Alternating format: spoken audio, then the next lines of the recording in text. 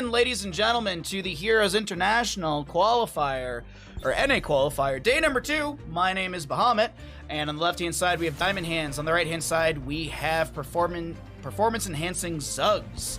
This is a best-of-5 series in the upper bracket final. The loser will go down to the lower bracket final, which we'll be casting next. And then we'll end the day with the best-of-5 grand final. So we got 3 best-of-5s for all of you at home. We'll be getting into the Sky Temple map number 1 here. We'll have some gambles as well, which we will start at the end of the draft. So, welcome in. Thanks for being here. Much appreciate all the support. Thanks for following. Thanks for lurking, and thanks for chatting. Also, big shout out to all the tournament organizers. Thank you to Next Level Gaming, NGS, the Heroes Revitalization Project, and of course, Heroes International for putting on this tournament. We do also, lastly, have one more command for all of you in chat. If you'd like to donate towards the GoFundMe for the tournament, you can use !HI in chat to get over there. But now that we're through our ban phase, let's go ahead and see what we will get. It's a snap pick onto Dahaka.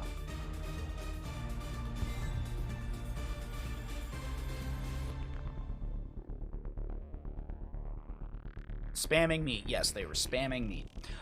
Very quick Dahaka grab, so we'll see what they're going to go ahead. They're actually thinking about this a little bit longer here on the side of Diamond Hands, what they actually want to go into.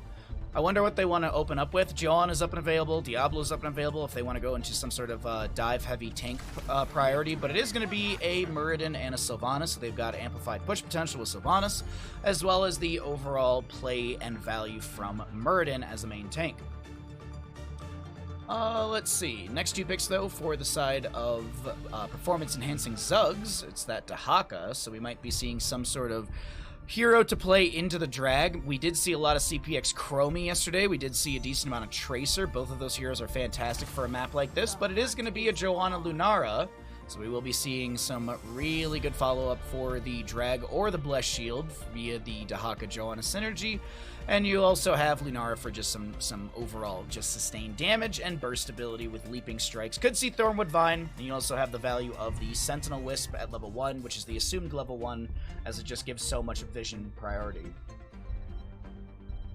Also, Hot Tub, let's make it happen. Yeah, we're like halfway there. Does anyone know who won the last EU qualifier? I think you can put it in. I think someone can put it in chat. I think it's public information. Wasn't it like Bush something? I can actually, hold on, I can give you the answer for that right now. I can give you the answer for that right now because it's on the website. Bang Bush. Bang Bush was the one. Oh, are you talking about the last chance one? Was the, here, I'll just put it right there. Here you go. Pop. It's in chat. Hey, Jex, what's up? So, Zool to be banned away. Holy hell. Kaldor, thank you for the raid once again. Thank you for the back-to-back raids. I appreciate that. Welcome in from Kaldor stream. We are literally just now getting into map number 1 in our first best-of-5 of the day. Thank you, Kalis, for the shout-out. We have the members of Diamond Hands on the left-hand side, and we have the members of Performance-Enhancing Zugs on the right. And as I said, this is map 1 in the first best-of-5 of the day. We have 3 best-of-5s for all of you, so thanks again for the raid. Thank you for the back-to-back days of raiding. I really do appreciate the support, and if you're new to the stream, if you've never been here before, hope you at least hit the follow button, and I hope you're strapped in and ready to go for some great Heroes of Storm action. We got a Genji Rhaegar with the Lunara Joanna Dahaka, so a nice kind of combo right there. And a Tyrael rounds things out for the side of Diamond Hands. Really quick snap pick onto that Tyrael. I'm digging what both of these teams have put together. I think that the burst ability and the damage is higher for sure from the side of performance-enhancing Zugs, but Diamond Hands do have a lot of really strong value as well, so we'll have to see how all this works out. I'm going to go ahead and swap us into the casting screen, and I will go ahead and start our prediction. You got time to get your gambles in. Ladies and gentlemen, who wins Sky Temple?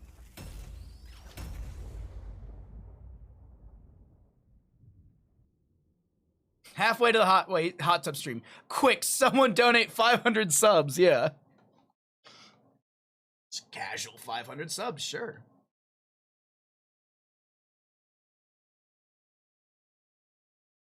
Alrighty, excuse me. As I said, welcome in, everybody, and thank you all for the follows. I do see quite a bit of you following the stream, so thank you very much. Alrighty. You still have some time to get some gambles in as to who's going to win Sky Temple, map 1 in this best of 5. Just want to hard hit that point that this is a best of 5. All maps today are best of 5s. And with that, I think we're loaded on in. Let's go ahead and see what happens here. On the left-hand side, we got the members of Diamond Hands. We've got, yeah, boy, on the Tyrael. Heavy will be on the Stukov. Nintori to play the Urel. We got Maka on the Sylvanas, and Caesar Salad to play the Muradin. Over on the right-hand side, we're looking at the members of... Performance Enhancing Zugs, the name that just eludes me every time I say it. CPX is going to be on the Genji, Porky will be playing the Dahaka, Brandon on the Joanna, BBJ on the Rhaegar, and Ivy Tings on the Lunara. We get into mid, we check out the level 1s, and we'll see what our first engagement does look like. Let your battle begin. Also, by the way, that's where you free Harrison Jones from on this map. So, if anyone was wondering. On our very deep lore discussion yesterday of the map lore of Heroes of Storm, this is also something I want to point out. You got that Sentinel Wisp level 1 from Lunara. This is the vision it's providing. That's the edge of vision right there where my cursor is. Sentinel Wisp is such an insanely valuable talent, and I kind of wish, and I know we all know how the state of Heroes of the Storm is. We know blah blah blah. If you don't, exclamation patch. It would be cool if Sentinel Wisp was like baseline, or if it was one of those things like Muradin with the level 10 on his Stormbolt. Like, let's say Lunara gets to level 7, and now Wisp increases in radius. Or maybe, as she levels to like 4, 7, 10, etc., maybe the Wisp radius increases every, like, 1% every single level, or every sort of, like, talent tier. I don't know. I know we're not going to get any major changes to the game, but it's just these things are always fun to kind of think about. Either way, we're going to be seeing a pretty standard start here on Sky Temple. Nothing crazy or out of the ordinary for either of these teams, nor will it be anything different when it comes to the first 2 phases of the objective. On Sky Temple, the first objective phase is always top, and it's always center at the 2 temples. And then the second objective phase, or the second objective, is always a singular in the bottom. After that, it randomizes whether it's single or double, and the locations as well.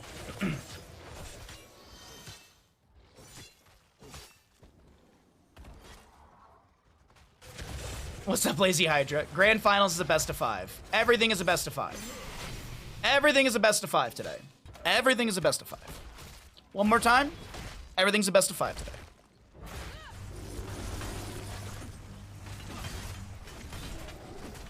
Camps to be grabbed across the map. We do have this not Fallen Shaman, the Bruiser camp in the top lane. Maka still mounted, just picking up the experience, letting the wave do most of the work. It seems like they don't want to push this up too quickly, so that way it's not cleared in front of the gates. This is something that we've talked about quite a bit.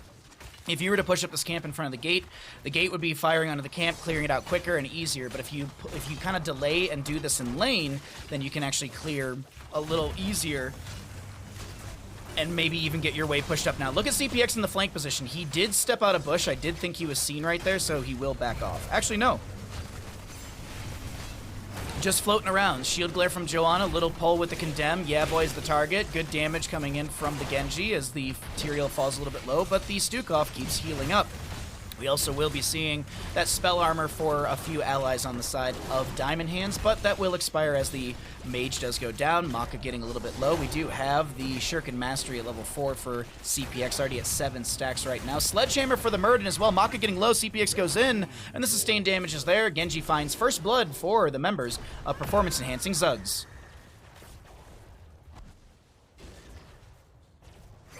So best of 3, gotcha. Why are you like this, Twitch chat?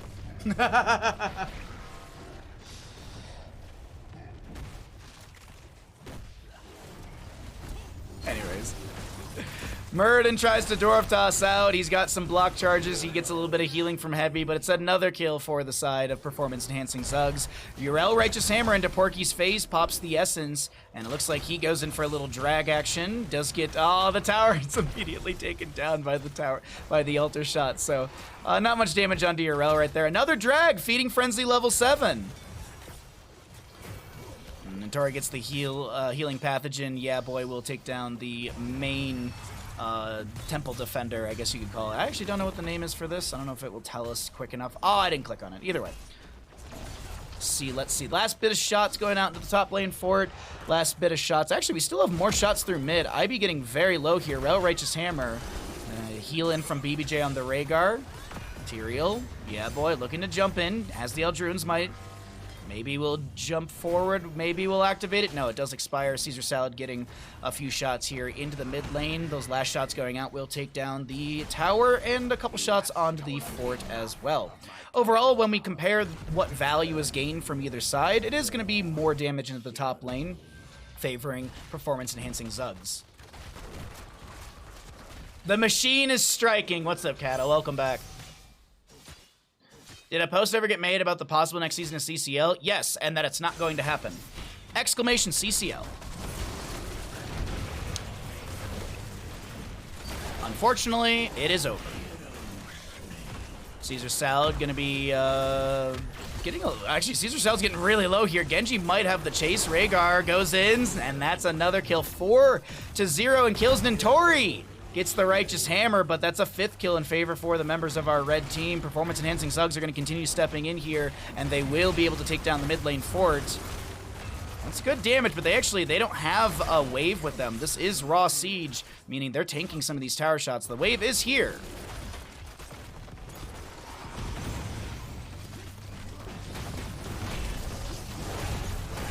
Leaping strikes onto Heavy does get the kill. CPX backing away from Maka, doesn't throw the Haunting Wave or doesn't chase. Oh, actually just goes for the mount up and backs away. The mid lane fort does not fall. I thought there would be a little bit more sieging from that one. And 10 talent tiers are here. So let's cycle through those other numbers. We saw the Leaping Strike, the X Strike, the Ancestral, the Blessed Shield, and we do have an isolation for the Dahaka. This is so one-sided. Whatever could you mean? Oh, it's 0-6 in kills. Obviously, late game comeback experience. It's possible. 10s apiece in level in the talent tiers at least.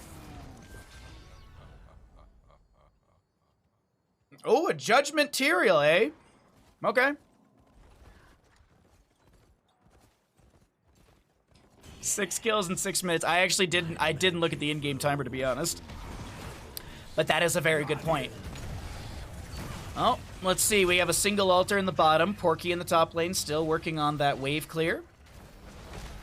Contested point. Actually, Tyrael still has most of the. Yeah, he's got control over the point of the. He's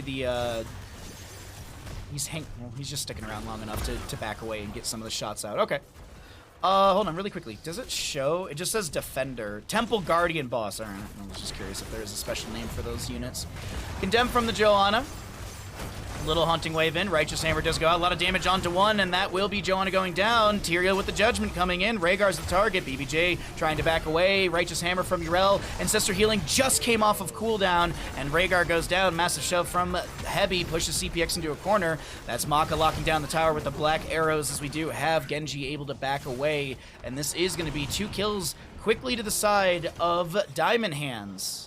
Not looking so one-sided anymore. Post 10s. Oh, Urel gets interrupted. Righteous Hammer. Decent damage. Porky burrows under the ground. Lurking Arm. Any Stormbolts? No, it's going to be wide of Porky.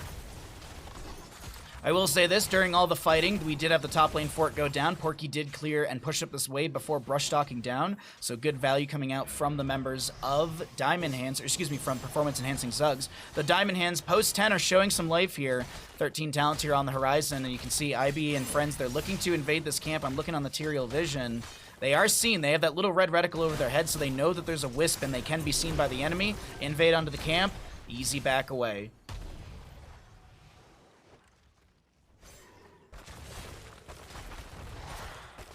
What if Baha rotates the screen 90 degrees?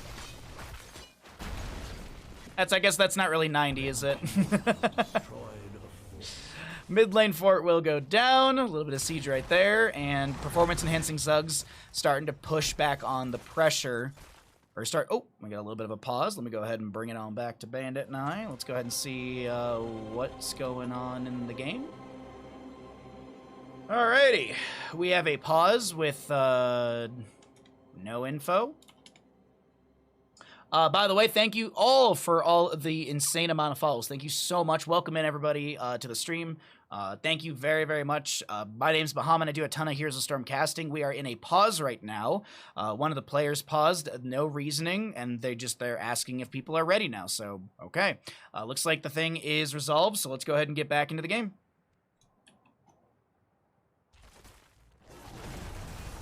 Time for Diamond Hands to finish their ARAMs and their mains. Yeah, that's true. Maybe they were playing some, maybe they were playing a round or two of StarCraft Battlegrounds.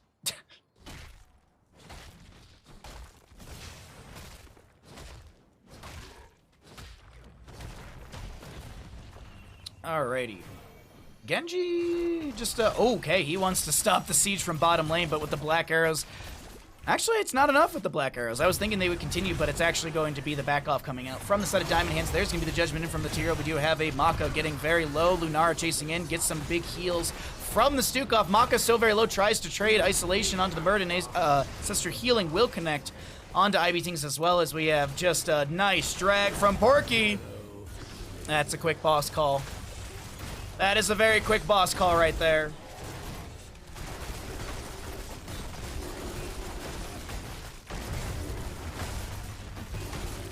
Is that a picture of Bandit or a video? It is a live video. There's a webcam on the floor and it is pointed at Bandit. If you were to look at the start of the stream, Bandit was like jumping around and playing with like toys and stuff, so yeah. Those are a good 30 minutes apiece. Exactly, yeah. Temple shots coming out from mid and bottom. These are going to be firing onto mid keep from mid and bottom keep from bottom. Boss is going to be pushing up. Lunara and friends looking at Nintori. Ardent Defender will be used. Ardent Defender gets about 25% of Nintori's HP back, up to 50. And we have 16 talents here on the horizon. Nintori and crew want to do something here as soon as they can with the Haka split, with the enemy team split. They do gain control of mid lane on the side of Diamond Hands, but can this blue team do anything? Double Haunting Wave. Second wave isn't triggered by Maka. Bottom lane. This is also huge. Boss plus Temple shots guarantee the keep over here. Mid lane Temple will get a few last shots out. I think they go into bottom lane if I'm not mistaken. Oh, wait. No, they actually didn't... I completely missed where those even went. Anyways, the boss will get some course shield scratching, but I don't think it's anything more than that. A win condition has been set up for the members of Performance Enhancing Zugs. They get one good team fight, they rush bottom, they end game and map #1 in our best of 5 series. This is also the winner bracket or upper bracket finals, so the loser does have a second life in the tournament. They drop down to the lower bracket finals, another best of 5. Hashtag Tongue Master. Hashtag Liam Slayer. Liam's not even in this game.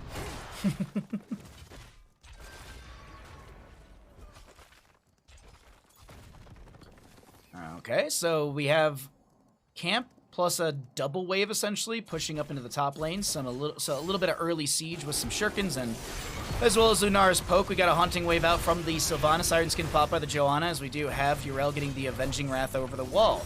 Camp is still pushing up. Spell armor's available for the allies by 20. Massive shove onto the Dahaka pushes him back. Tyrael jumping in with the Elduran's Might. Murden with the Dwarf Toss in as well. He's got that heavy impact from level 7. Looking to see what Murden goes at level 16. Does he go for the launch for the cooldown reduction value? Launch synergizes pretty well with heavy impact because of just cooldown and everything. Since you want to try and land on top of people from the level 7, what is it? It's like a 70% slow? 80% slow for 1.5 seconds. Liam's not in this game because he's scared. Well, alright, I can't argue with that. We'll just have to get Liam to come by the stream and let us know. I got Cattle. Where Cattle? Any red card talents from Caesar here?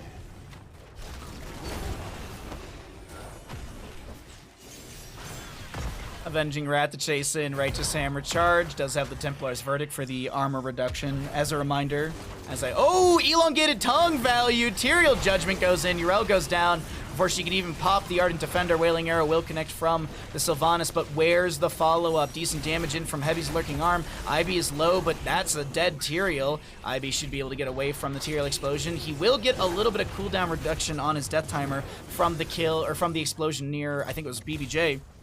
but it doesn't matter. Camp pushing up through bottom, double temple phase. Realistically, the members of performance-enhancing Zugs, I'm trying to do the math. I don't think this ends, but it does get... If both of these temples are fully charged, I do think they will get some damage on core, but I don't think it's enough to end game. Imagine Liam being awake at this hour without a game skill. He was probably up all night doing Destiny raids. Getting flawless victories, or I forget the name for it.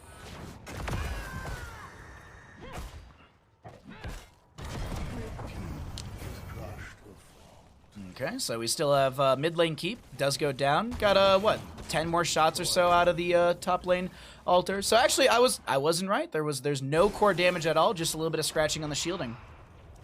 The magic of the Temple shots are just, that's the one thing I can never judge value from. It's like, how much will it get? Less shield. Oh, God. No, boy. No. Youch, that Eldruin's Might was punished. Punished is the way to put that. Boss is up in 8 seconds. It looks like they might go for that.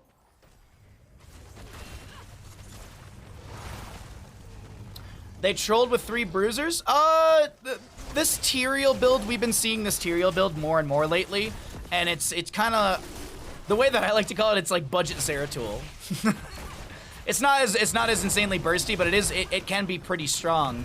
Either way, 6 seconds on the Tyrael to respawn. We got a Lurking Arm, Virulent Reaction. There's a Wailing Arrow, but that's Heavy getting taken down. Jump in from Nintori. It's a very low CPX. Gets the Swift Strike out. That's an Ancestor Healing. Farseer's Blessing. You'll see that splash around the allies.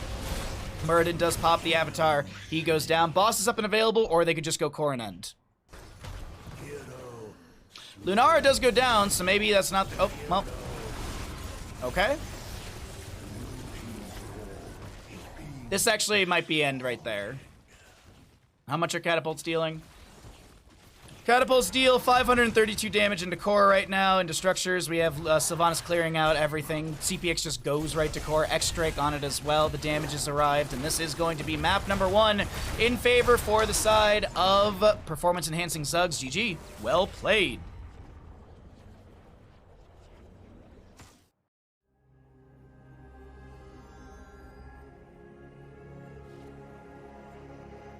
It isn't a troll, it's just not working as well, but it's quite strong. Yep.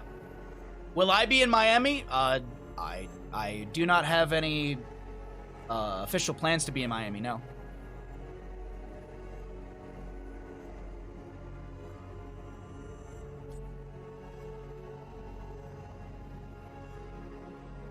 Choose outcome. Which team wins Sky Temple? Performance enhancing Zugs did win Sky Temple.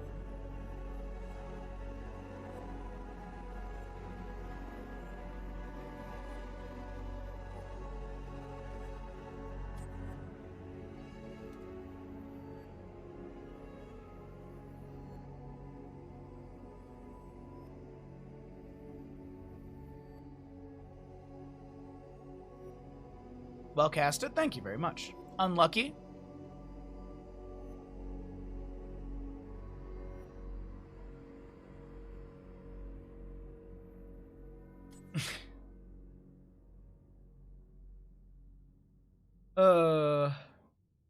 If it was only that easy.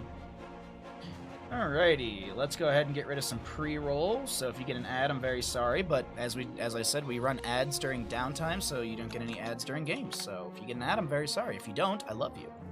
Alright, we're just waiting for our next lobby.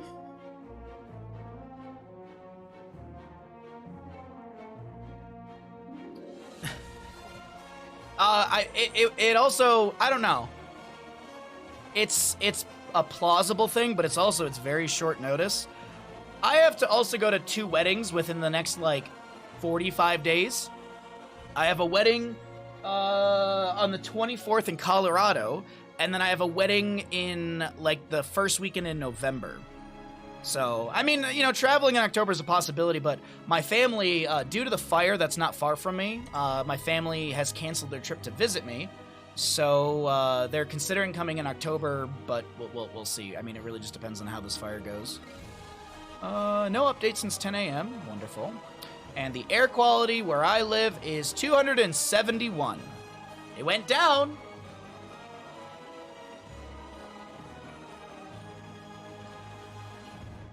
The weddings will have to wait.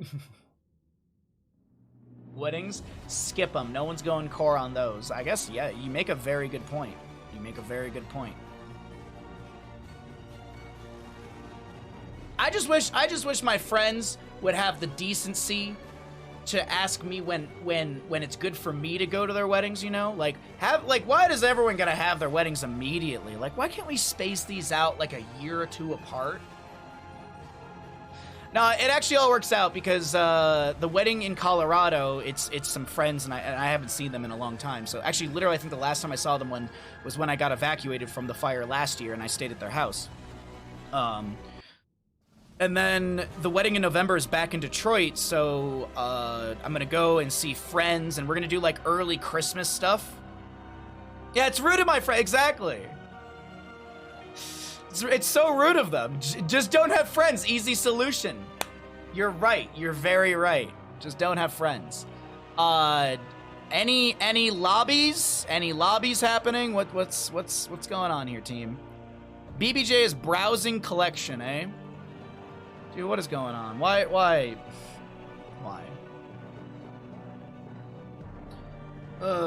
But yeah, the wedding in November in Detroit's convenient because then I can do all my, I can do all the Christmas stuff, early, and then I don't have to fly back to Detroit for Christmas, which, I typically fly back to Detroit for Christmas every year because my dad's birthday is on Christmas, so I usually go home for his birthday. But if I was like, hey, if I'm coming in November, can we just, do, a Christmas dinner and stuff like that, and then I don't have to fly home?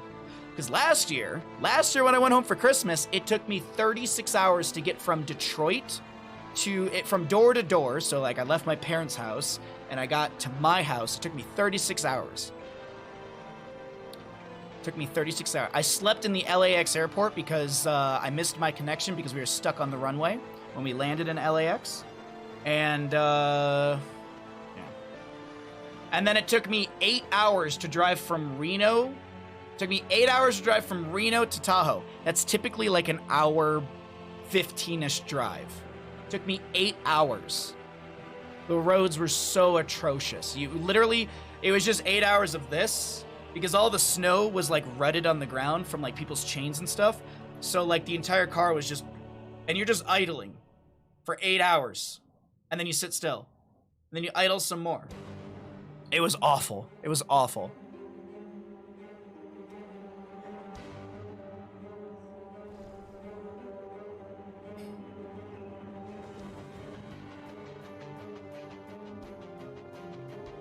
Stop by and say hi when you're in Colorado. Honestly, my trip to Colorado is I'm in and out. I have a friend that I've known since middle school, and I even told him, I'm like, dude, I'm letting you know now so you don't find out after. And it was hey, what the hell? I was like, what side are we on? Diamond hands left. Pez right.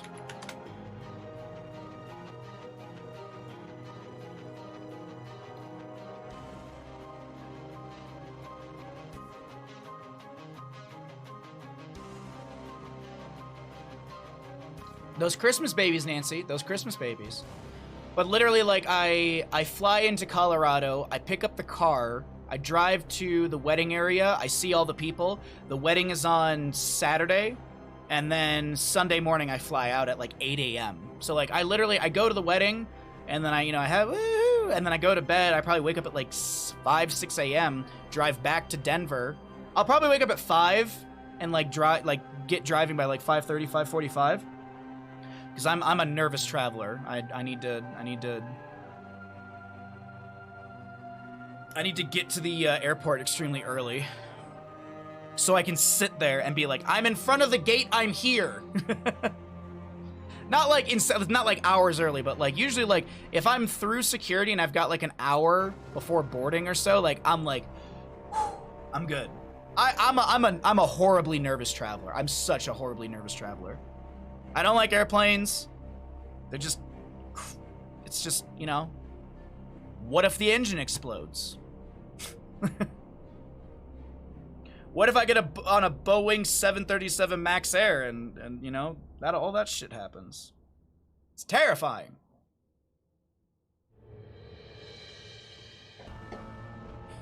By the way, we've just been waiting for one lobby. We've just been waiting for this lobby.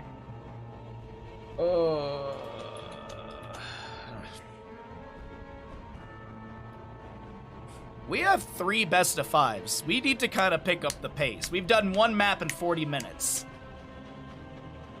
Nothing ever bad happens into cars? No, nothing ever.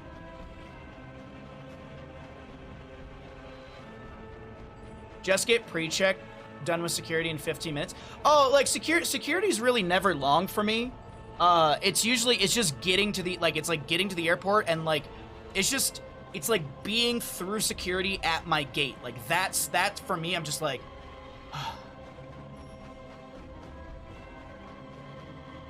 1 hour to boarding is late? Really? I usually get to the airport about an hour and a half before boarding, and then it usually takes me about half an hour to get through.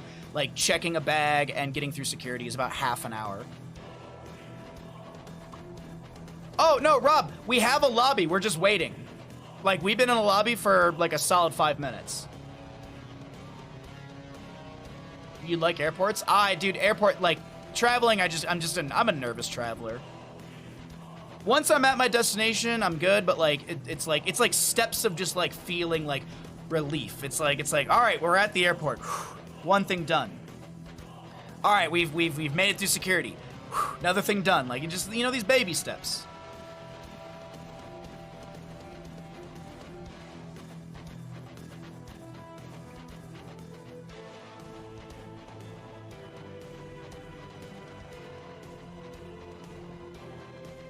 Hold on.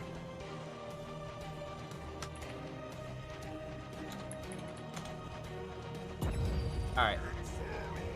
After what seemed like a fortnight, we have a draft. Welcome, ladies and gentlemen, back into the Heroes International Qualifier number 2. We're here in our day number 2, in our double elimination bracket, in our best of 5 series. First one of the day, we got Infernal Shrines. We have Diamond Hands on the left-hand side, and Performance Enhancing Zugs on the right. I've been to airports so you can get to 40 minutes. Oh, yeah, no, like, so the Reno airport where I live, honestly, like, the only time I've ever, like it's taking me time to get through security is when I fly around Christmas. But, like, flying out in, like, the middle of summer or whatever, like, checking my bag, getting through security, and getting to my gate takes, like, 20 minutes. The Reno airport's really small, but, like, you know, if, like, going to, like, Denver International Airport, I'm sure, yeah, like, getting there early is nice. Like, Detroit, DTW, like, that one I usually get to early because that airport is fucking massive. Anyways, airports aside, Infernal Shrines in front of us. Let's go ahead and see what happens here. So we have a Diablo Dahaka. We have got a Hogger and a Junkrat ban. We can't go too late. Diamond Hands might forfeit again. You don't need a cap at the end of that one. Local airport takes less than 30 minutes from home to gate. Yeah, so exactly. Like, it really does depend on what airport you go to. LAX, yeah, sure. I mean, LAX, yeah, that one's rough. That one can be rough, but it really does depend on where you're flying out of, and also what time of the year. Joanna, first pick. Nice kind of a really nice lock-in from the side of Diamond Hands. They'll be able to have really strong wave clear in the rotations in the objective phase area. We got a Leoric Sylvanas immediately to the side of performance-enhancing Zugs. Good wave clear from the Leoric, good shrine clear as well. Sylvanas push power is always good, as well as the amplification with the Punisher. Your favorite airport has to be between Frankfurt and London Heathrow. I've never been to London Heathrow, but I've been to the Frankfurt airport, and that one's fantastic. It's beautiful, beautiful. Flying in Europe is always fun as well. All right, Brightwing, Hanzo, Joanna. I like this. This is a very good core draft from the side of Diamond Hands. They've got good shrine clear with Hanzo. Expectation is going to be explosive arrow. You've got the phase shift for the massive, the massive heal burst from Brightwing. And as I already mentioned, Joanna is pretty much good on every map, but this is a very good map for her as well. What are we going to get here from Performance Enhancing Zugs on the ban? A Sonya ban. Okay, so it looks like they're going to get rid of the dive, shrine clear, and wave clear of the Sonya. What is the least played heroes in competitive? Murky definitely is up there. I would definitely say Murky is very high on that list. Murky's extremely high on that list, probably. I mean, if we're talking like competitive, like CCL, Heroes International, Storm Division, those high ranking things, I would say like Azmodans are probably not popular. Probius might be picked up once in a while, but I feel like it's kind of a meme or a joke if you do. Definitely Murky. Definitely Murky. I think Abathur and TLV, they have their niche places. Yeah, Butcher Murky probably. Butcher Murky is definitely up there. Probius, I put Probius in there. I mean, we did see Probius in CCL. It didn't do good, but we did see it. Don't you dare put Cho'Gall in there, Rob Paris. Don't you dare put Cho'Gall in there. A lot of them are melee assassins. Yeah.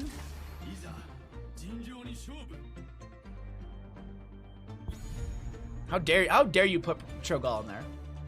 How dare you put Cho'Gall in there? You've offended me today. I'm gonna take away your VIP. Blaze Genji for the side of Diamond Hands. So we got the Shimada Bros for our blue team. What is gonna be our last pick though for the side of Performance Enhancing Zugs? Murky was played also in CCL. Murky was played once in CCL. I believe it was Season 2. Granite Gaming played Murky, Azmodan, Deathwing, and some other stuff on Garden of Terror. And it was literally just, it was like a meme. Like, literally, like, what is it, KMF, I think, was the owner of Granite Gaming. Like, he was like, that was for you, Baha. So, like, literally, the only time I ever got to see a Murky or an Azmodan in CCL was when it was literally just, like, a meme. All right, which team is going to win Infernal Shrines? Get your gambles in, ladies and gentlemen. You got 2 minutes to get your Twitch predictions in.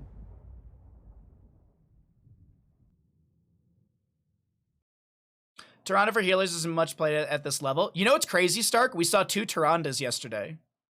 We saw a June Tyrande, and we saw a BBJ Tyrande yesterday. Funny enough.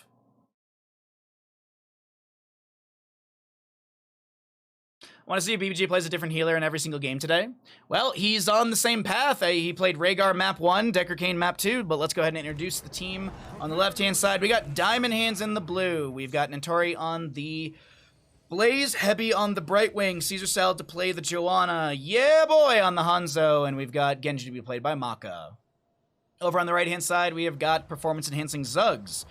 This is Porky on the Leoric, BBJ on the Deckard Cain, IB is going to be on that Sylvanas, Brandon will be on the Muradin, and CPX to play the Tychus, excuse me. 5, 4, 3, 2, 1.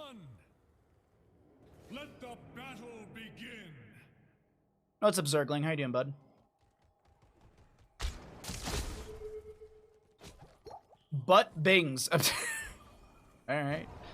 Okay. Leoric is slowing down Nantori, draining some HP. Maka getting good damage. BBJ just throws one potion. He's like, I'm going to go back down to mid lane. Let's see. We got Scatter at level 1 for Hanzo. As I mentioned in the draft, the expectation is going to be the Explosive Air at level 4.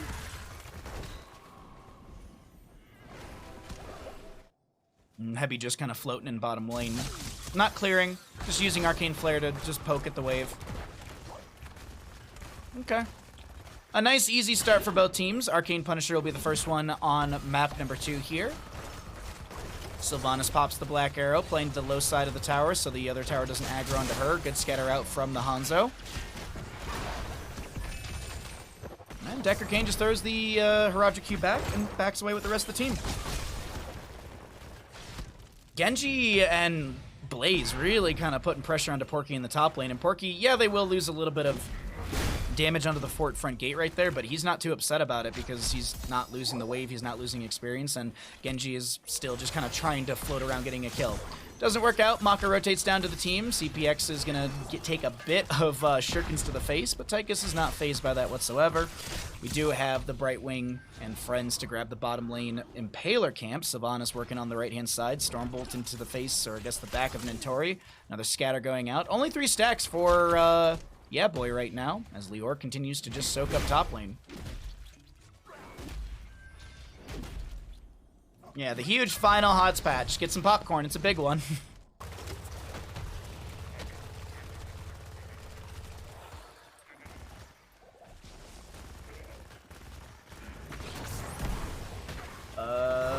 I'm pretty sure Probius was played at some point. I think there was a Probius in Season 3, and I think there was a Probius in Season 4 of CCL.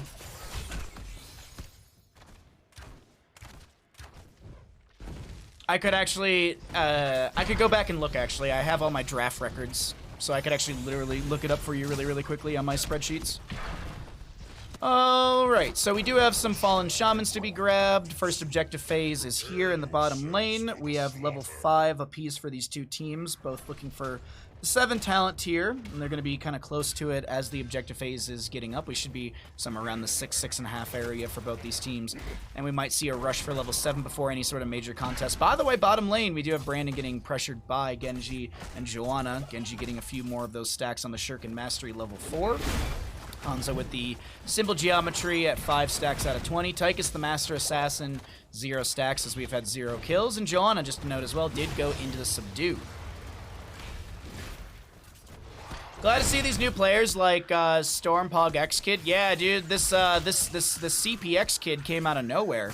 And also, it looks like Brandon came out of nowhere into top lane, heavy with the Soothing Mist, grenade out from Tychus, and CPX sets up the kill.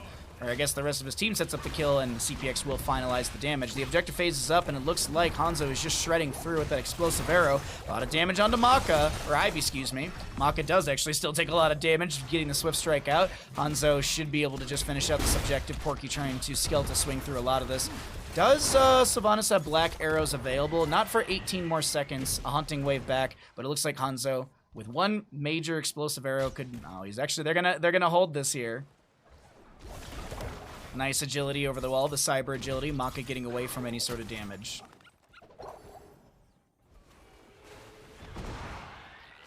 Why no Ruby's Deckard? This is the same build BBJ did yesterday, actually. When BBJ played Deckard Kane yesterday, this is the exact same build he started out with. The potion of shielding at level 4. Stormbolt out. I guess, you know, Potion of Shielding is a guaranteed, whereas Ruby, it's not. I mean, it boils down to your skill shot, of course, but it's not a guaranteed heal. I don't know, BBJ probably has the math on it. I'm sure he's got the math on it. All right, Blue Punisher. Arcane Punisher for the members of Diamond Hands. Brandon stepping out, looking for the Stormbolt, misses it onto Maka, who does get the phase shift from Brightwing. How much value does this Punisher phase get? We've got one tower of the gate going down. The Orc and Blaze still doing some double soaking. Tychus just standing still and shredding. And that'll be the gate to fall. That's really about it that was gained from this objective phase. Brandon looking to maybe step in here. That's a good Stormbolt into the face of Joanna, who does pop the Iron Skin. Maka with the Swift Strike to get away. Blaze catching the soak in top. We've got 10 Talontiers popping up at the top of our screen soon, so we'll look at the other numbers as well.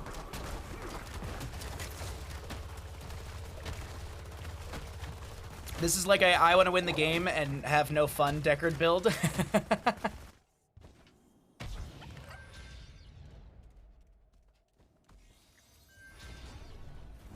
Oh, there you go. Stark's got the breakdown. I would agree with you, absolutely.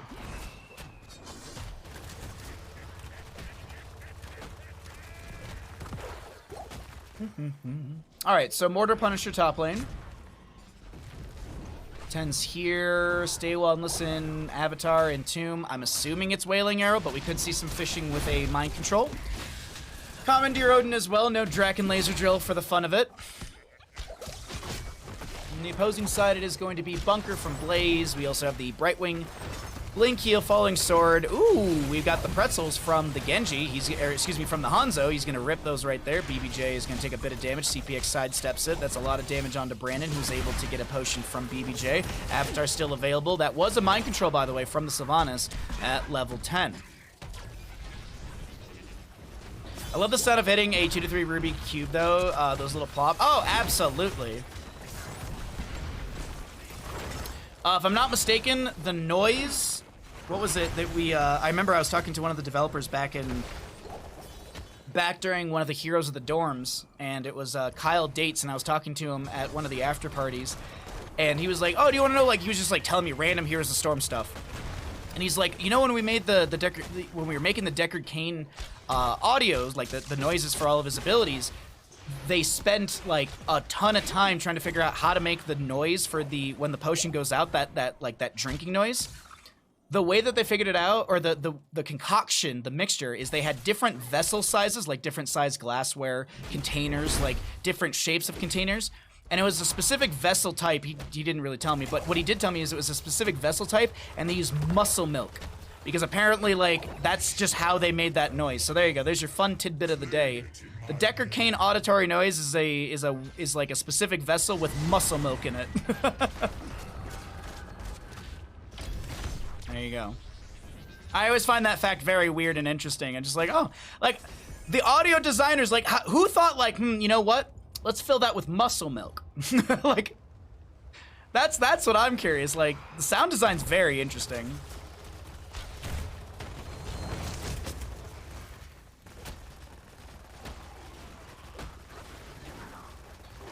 This is why HOTS funding got cut? I don't think so. I don't think that was the reason. I think it might have been some greedy people that wanted to make money faster, and they didn't want to incubate an esports scene because it wasn't profitable immediately like everything else is. Not everything else, but you know. Well, you know, it's not doing as well as the NHL, so we're gonna have to cut this. Oh, you mean the NHL, which has been around for many of years? That's crazy. I wonder why it works out, huh? You know, I can't imagine why, you know, League of Legends and Dota have these TIs in these world events. It must be because... Anyways, stay well and listen. We have got the Commandeer Odin. Pyromania down from the Blaze. He gets the Jet Propulsion. We do have a Scroll of Sealing locking in quite a few. That's going to be the Falling Sword from Joanna to cleanse out that route. Murden with the Avatar backs away for a second here, picking up one of those super potions from BBJ that was dropped before. That is also the level 13 for this Deckard Cain. Commandeer Odin with the Ragnarok missiles and the Annihilation line damage is going to be poking at the enemy, but it does expire as Leoric continues to work on skeletal defenders. Murden, Dwarf tossing around. Heavy with the Blink heal. Jet Propulsion not connecting onto Porky. We do have 3 seconds on an Entomb. X-Strike is ready. Falling Sword in 20. Dragon Strike from Genji up, or excuse me, from Hanzo up in 25.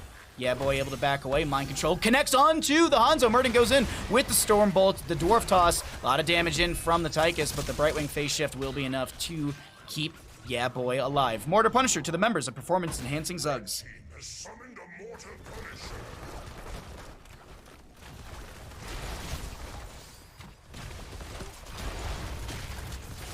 Big Entomb from Leoric. There's the Herodric Cube with the Emerald on it as well. And Hanzo goes down. You can see there's like a little bit of a green flash, but also you can see right next to Hanzo's name, there was that little -75, so. Alrighty, Leoric will catch the soak mid. Punisher in top gets a fort.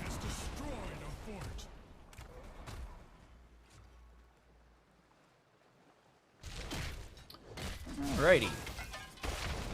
Looking at questing talents right now to see if there's anything of note, and it's just gonna be Tychus with 2 stacks right now. A lot less kills in the early game for this map number 2 by comparison to Sky Temple. What we were like 6 kills at 6 minutes on Sky Temple. Now we're about 10 minutes in with 0 to 2. So different pacing here on Infernal Shrines, but still really good play coming out from Performance Enhancing Zugs. They want this to be a quick 3-0, and they want to move to the Grand Finals. And then just knock the members of Diamond Hands down as that lower bracket final. But either way, Murden putting pressure onto the Hanzo, shield glare from the Joanna, and the camp will be grabbed to Performance Enhancing Zugs. Is this the Grand Finals? No, it is not. Stay a while and listen, cleansed out by the Falling Sword.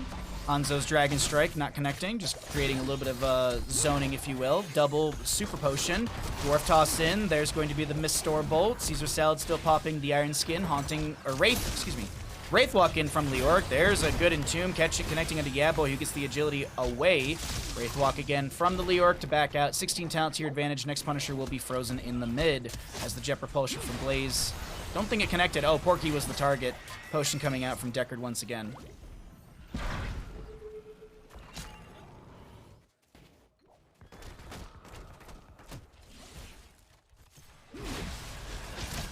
Whoa, Porky, yeah. I was like, you don't live this time. This time you definitely don't get to live through that. Piercing Arrow, by the way, at level 16 for the Hanzo, some more, more scatter value. There was a mind control, but it instantly cleansed out by the Soothing Mist, I believe, of Brightwing. Falling Sword still available. Camp Invade does work out to the side of Diamond Hands. Neo, thank you for the resubscription with your Prime. Thank you for the 19 months. I'll resend your alert when we get out of game. Thank you for the support. Sorry I missed that earlier. Yeah, Grand Finals will be in not the next Best of 5, but the one after that. We have 3 Best of 5s today, and it'll be the 3rd Best of 5. I'll also put it in the stream title when we get to the Grand Finals. I guess I could put Winner Bracket Finals or something like that in my stream title. That might help a little bit. But even then, people don't read it. Blaze just clearing out the top lane 1-2 and kills 17 apiece. That Frozen Punisher soon to be announced. I believe Brandon will be able to back out of this one just fine.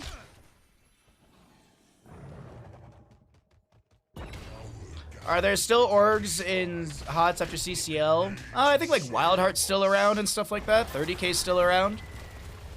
Diamond Hands is still around, I think.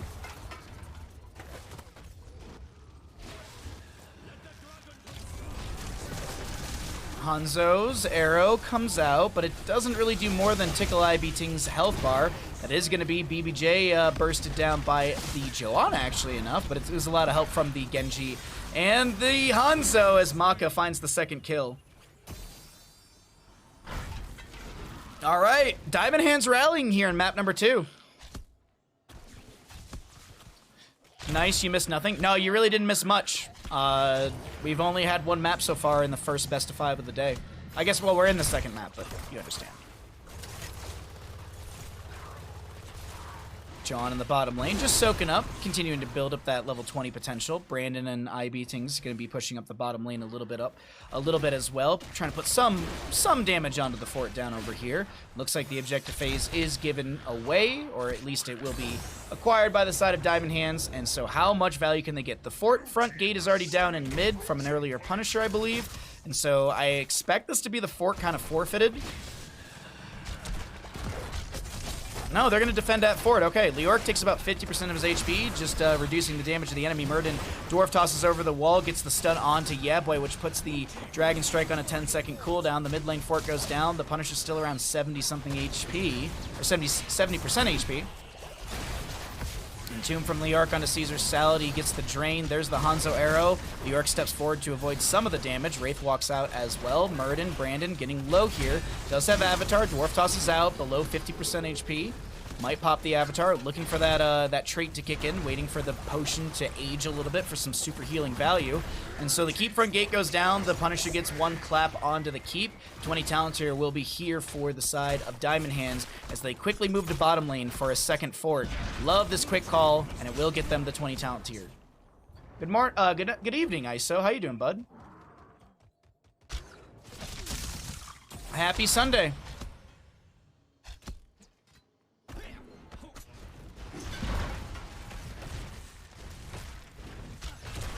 Alrighty, Hanzo does have the Dragon Awakens. If you were looking at his cooldown, and I was like, oh, well, he's got like 20 or so seconds on that, and then he gets 1 scatter, and it's back off cooldown. So yeah, that's that level 20 value right there. He can just spam the arrow, and you're going to see him do exactly that. Watch that cooldown if you want to see how insanely quick it does go down. He just fired 1 arrow. It's a 60-second cooldown. He's down to 18 seconds on that heroic. So it's looking like Diamond Hands might be the ones to take map number 2 here. I gotta say, Performance Enhancing Zug's not looking as confident on map number 2 by comparison of Sky Temple. 4-2 in kills, 20 apiece. Another arrow from Hanzo. CPX takes some damage with the polymorph onto IBtings, and that is going to be to go down. Is this enough to end game? 60 on Sylvanas, 26 on the Muradin.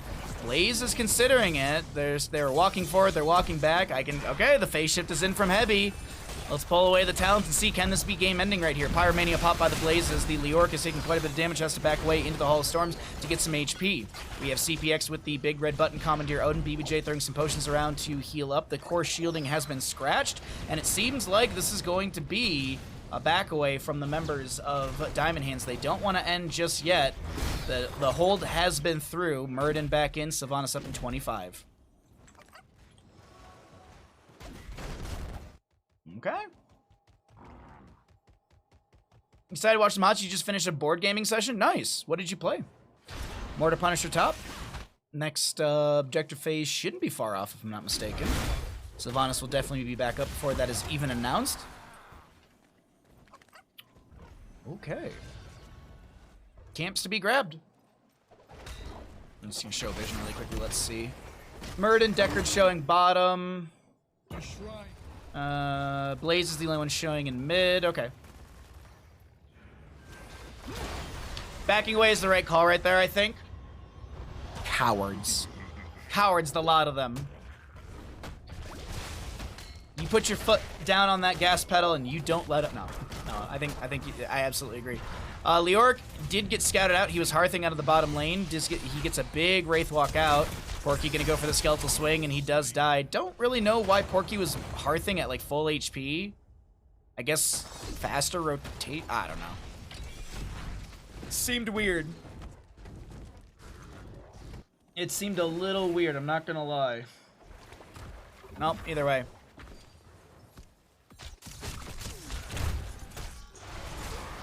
Just a quick hello. I hope everything's well. I heard about the mosquito fire in your area and was concerned. Hope you're doing well. Oh, thank you for the kind words. Right now the smoke is really bad, but that's, you know, there's a lot of smoke. The air quality is really bad, and we have a lot of ash falling from the sky, but no, like, there's not any sort of like, oh, get prepared to evacuate sort of stuff. So at least right now, fingers crossed, knock on wood sort of deal. Big fight to break out in the top lane. Commandeer Odin. We've got a Dragon Strike from the Hanzo as well. See everything a little bit better here as we pull away the talents. Mid lane does have an Impaler camp pushing in. Bottom lane has 2 catapults going towards core. Just want to quickly note those 2 bad boys right there. Mind control from Sylvanas. It's a lot of damage under the Genji. The Falling Sword from the Johanna mitigating the mind control value, but you still have that Heraldric Cube with the Emerald. I believe we have a Call of the Dark Lady because you have such a low cooldown on that heroic. Muradin and BBJ will be hearthing back. The mid lane keep does go down. The catapults, the one that just arrived, how much damage does it do? Quite a bit here. 708 damage into structures. Leoric is going to be hearthing out as well. And Sylvanas, she showed in the hearth. Leoric is going to continue working on this. By the way, the objective phase is does have like global vision, so like right now they can see Leoric around this. Either way, it is going to be the mid lane camp cleared out. Wow, this is a tense one here, honestly. Mind Control, Entomb, Falling Sword, a lot used right here. Genji gets the Swift Strike out. Muradin pops the Rewind. The Mortar Punisher, excuse me, goes over to the side of Diamond Hands. I don't know if the members of Performance Enhancing Zugs have even won a single objective phase this map. Muradin Dwarf launches in deep with the level 16. Doesn't land the Stormbolt, pops the Avatar immediately, and has to slowly just kind of walk away. Oh, I haven't had a cigarette in... I did the math a while ago. I think it's like 8 years I haven't had a cigarette. It's like 7 or 8. Yeah, I think it's 8 years in November, I think it is. No, 7, sorry. 7, I quit in 2015. It's been 7 years in November. Mind Control from Sylvanas. Bunker down from the Blaze. Falling Sword as well. Little Shield Glare coming out on top of this. We do have another Dragon Strike from the Hanzo. Top lane keep is taking quite a bit of damage, and Porky does go down. 7-2 in kills. This series is not looking as one-sided as it did on map number 1, and this is potentially Diamond Hands finding themselves a map, and I think they actually will be able to take this. The Punisher goes towards core. CPX and BBJ, the lone defenders. I don't think it's going to be enough extract from Maka, and yes, ladies and gentlemen, this will be map number 2 over to the side of Diamond Hands. This ain't gonna be a 3-0 today. We got ourselves a series. GG, well played.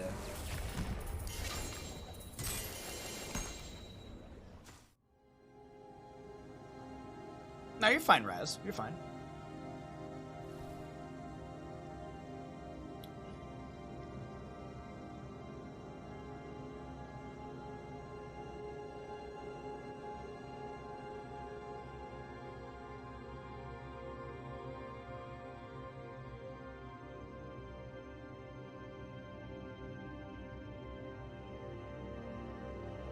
Choose outcome. Which team wins Infernal Shrines? Diamond Hands. Diamond Hands did win.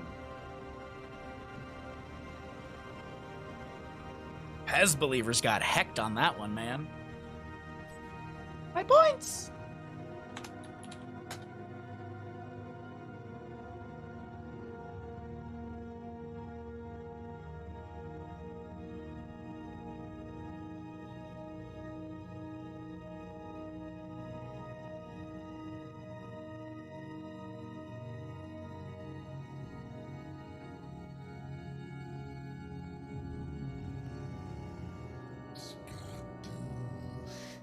Hello.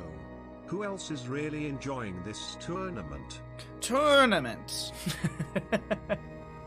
I am enjoying this quite a bit. Neo, thank you again for the Prime for 19 months.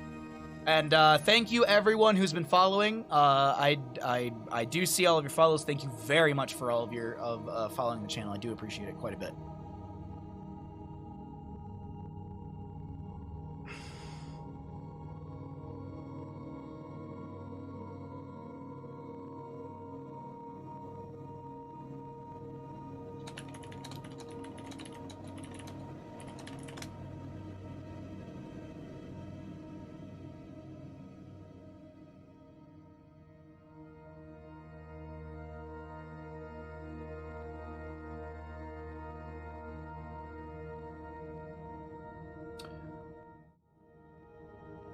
Alright, conveniently missed the bet of the one I would have lost. Nice. Easy, easy.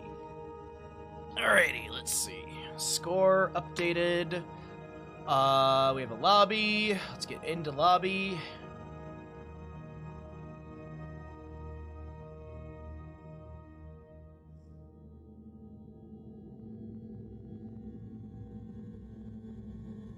Alright, players are almost all in here. Alright, good stuff. Yeah, I've got some heartburn today, man. Should maybe take something. I should maybe take something. I'm actually, you know what? I'm gonna do that exactly. I'll be right back. I'm gonna be back in like 2 seconds. Am I going to be in Miami for the finals? I do not have any plans at this time, no. I'll be right back. I'm just gonna grab something for my heartburn, and we'll be into the next map in a second. It looks like the readies are already coming out.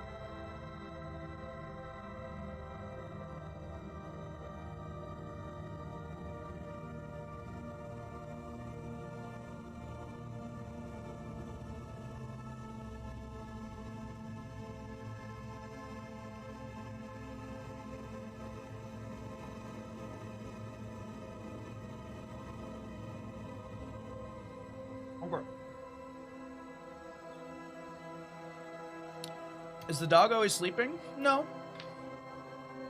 If you were here at the start of the... If you're here... Have you met many dogs? If you were here at the start of the stream, he was throwing around a bunch of his toys, but whenever I stream, I always before I stream, I usually walk Bandit. So usually like we go on a walk, and then like he's still got a little bit of energy, and then he just like conks out for most of the stream.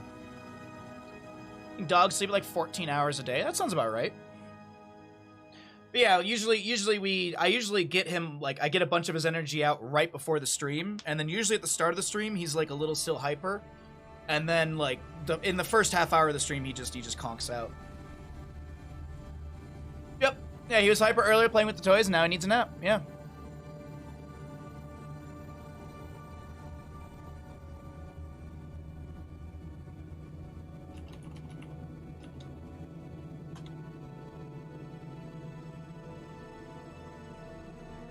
Oh, Jesus, these players.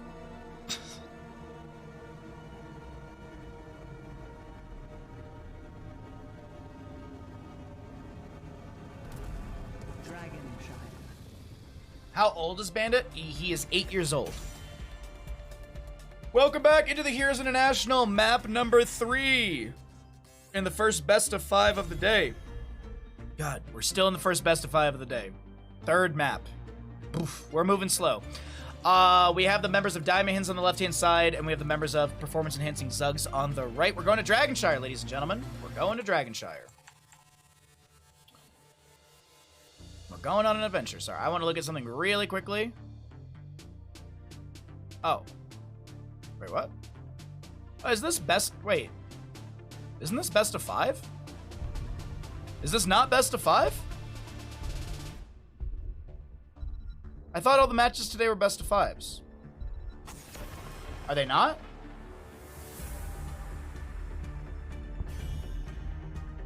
Wait, what? Wait. Is the dog in the same room? Yeah, he's literally like, he's like right here. Like he's like 2.5 feet away from me. It's a best of 5. When I look at the bracket,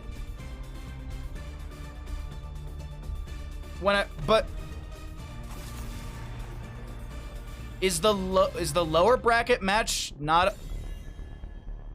Oh, I thought everything today was best of 5. Oh, all right. Well, okay. That's why I was confused. I was looking at the bracket and I was very confused because, yeah, I don't want to spoil anything on the bracket, so that's why I'm being very general about it. But, okay, all right. Is this the main stream?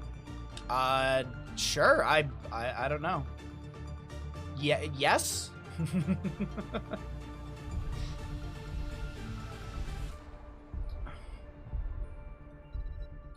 Alrighty, anyways, we got a Hogger Blaze ban from the side of performance-enhancing drugs, Zugs. We have got a Brightwing first pick. We also have the Lucio Dahaka to be banned away as well, so BBJ will continue to flex in this series, playing a different healer on every map so far. When is the finals? Later today. I can't give you the answer because we're going so slow, I don't know when. I don't know when. Victory for the Forsaken. Winner bracket final, loser bracket final, grand finals are best of 5, the rest are BO3, so lower bracket semi. Oh, okay. Okay.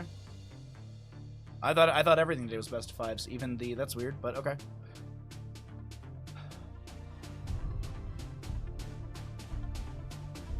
Enhancing your opponent's performance, yes, exactly. When is the finals? God, Sylvanas, Nubrek. Looks like the members of Performance Enhancing Zugs will go back to what they kind of ran in map number 1 on Sky Temple with this Lunara dive burst potential. So, liking what they've drafted up so far here for Performance Enhancing Zugs. Over on the side of Diamond Hands, we're getting into our next ban phase. We could see some sort of ban priority onto the solo lane. It's actually going to be Genji. Genji's actually had a lot of involvement from both of these teams. Map 1, Genji was extremely strong for Performance Enhancing Zugs. Map 2, the Genji was extremely good for Diamond Hands, so no Genji this game. Is this a replay? Absolutely, yes. It's all scripted. In 1 minute, I'll put shoe on head.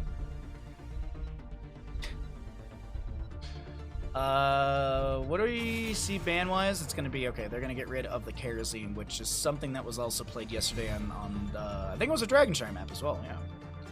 Is this a simulation? Yes, it is.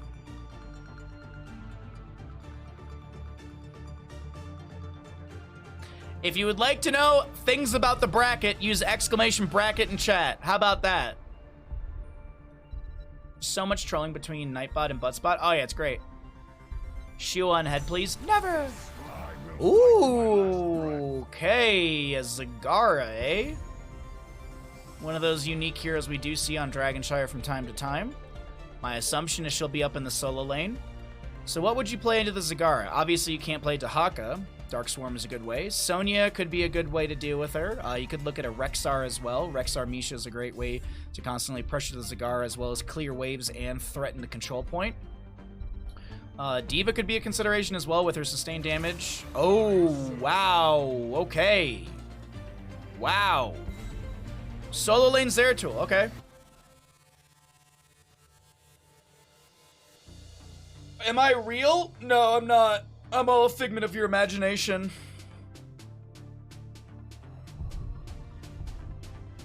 Yes, I am the real Slim Shady. I would just request that you all please stand up. Last pick from the side of Diamond Hands. What are we gonna find? A Yrel. So Yrel's solo lane then? Huh. Don't know how I feel about the Diamond Hands draft. I'm a little kind of meh. I honestly think that Performance Enhancing Zugs, they have just got a 10 out of 10 draft. I mean, yeah, they have a 10 out of 10 draft in my opinion. I really like their draft. Like, that's... If Porky can play Zeratul well, then I think this is going to be a nice map for Performance Enhancing Zugs. Alrighty, let's go ahead and start that Twitch prediction. You got some time to get your gambles in. I'll swap it over to the casting screen and let you all get your gambles in. Hey, Moderate, what's up, bud?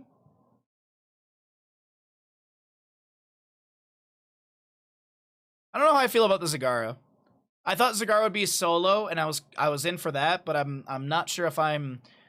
I don't know how I feel about her being in the format. We'll see. We'll see. My expectations aren't extremely high for the Zagara, but you know, prove me wrong. On the left-hand side, we have got the members of Diamond Hands. We got Yeah Boy on the Zagara, Nintori on the Yrel, Heavy to Hoot on the Rhaegar, Maka on the Sylvanas, and Caesar Sal to play the Anubarak. Over on the right-hand side, we're going to be looking at performance-enhancing Zugs. BBJ on the Brightwing, CPX on the Tracer.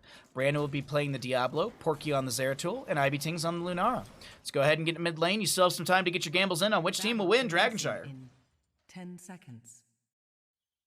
Did you just say Porky and plays well in the same sentence? Have you seen his Dahaka play?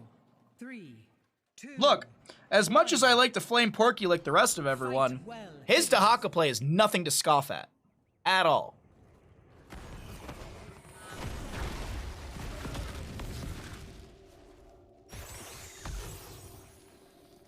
I can never not vote for a team with Tracer.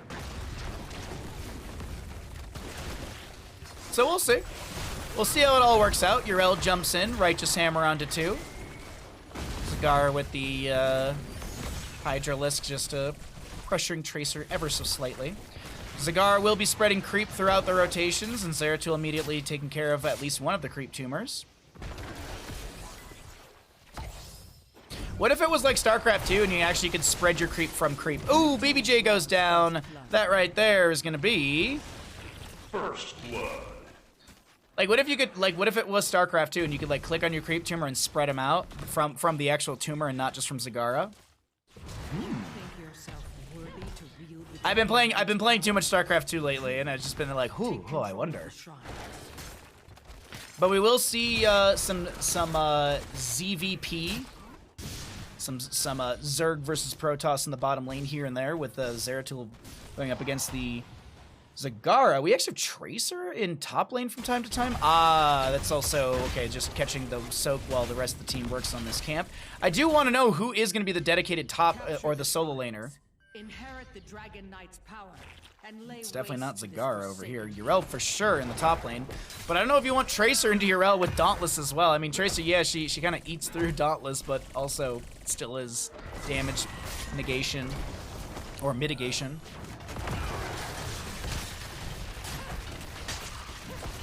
I think that'd be fine for Zagara. I'm also a Zerg player who loves creep. Yes, exactly. Massive wave through the top lane right now in favor for Diamond Hands. They're going to look for some damage onto the keep front or the fort front gate with the amplified siege of the Black Arrows of Maka. Top lane gate is taking damage, but it's not. Will it fully go down? That's the big question. Zagara regains control of bottom lane, spreading out more creep. Well, Zeratul continues double soaking here and there to also get the regeneration globes for the level 1. Looks like we have a DC from one player, so we're going to go ahead and bring it on back to Bandit and I while we wait for the DC to end. You're right, Ray, you're right. I said it and I was like, wait a minute. Yeah, it's a duration. It's 2.5 seconds. Not stacks, but still 2.5 seconds of 35% physical, like, physical armor is still very, very good. All right, well, we have a DC from BBJ, so we're going to wait and see what happens with that one. Performance Enhancing Zugs have very, little wave clear.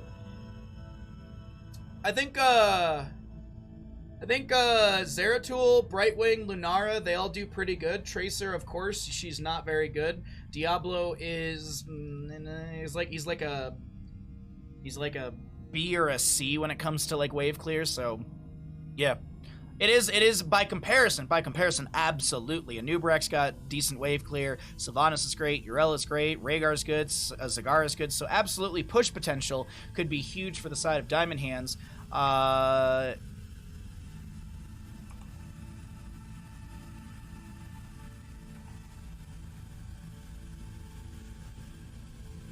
You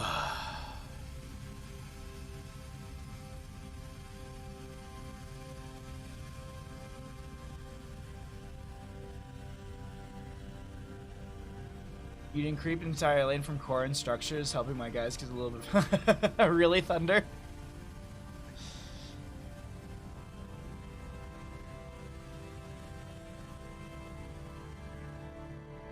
Liking the game so far, should be a good series. Yeah.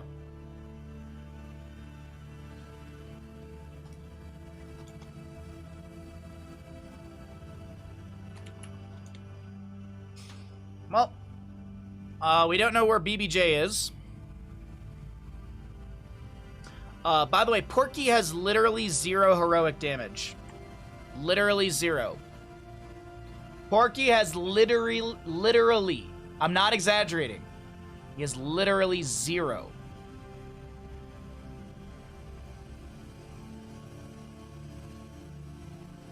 Diablo has 666 heroic damage. Yeah. It's literally 0. Here, I'm gonna take a screenshot of this. Diablo is 666, and Zeratul 2 minutes and 30 seconds in or so is 0.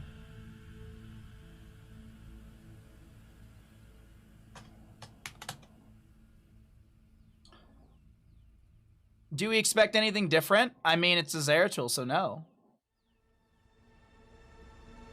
What's the game time? 2 minutes and 26 seconds, to be specific, Cav. Alright, looks like BBJ is getting back into Discord. Thank you all for the follows as well. Glad you're enjoying the content.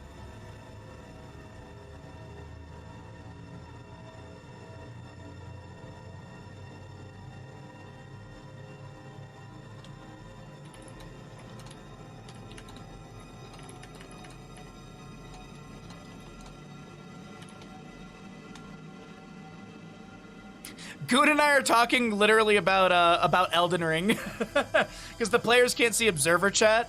So literally, Goon's like, "Hey, Baha, did you clear the Perfumia rune yet?"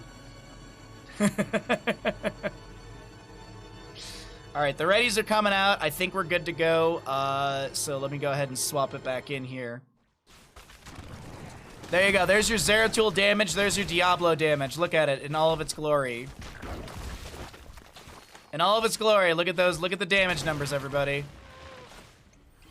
There you go.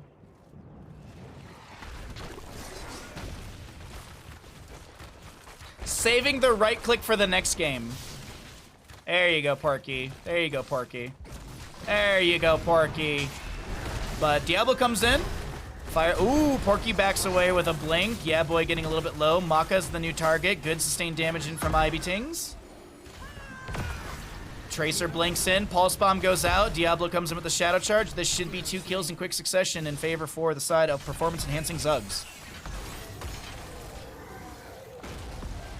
BBJ said he was having some computer problems recently, so it may have been that.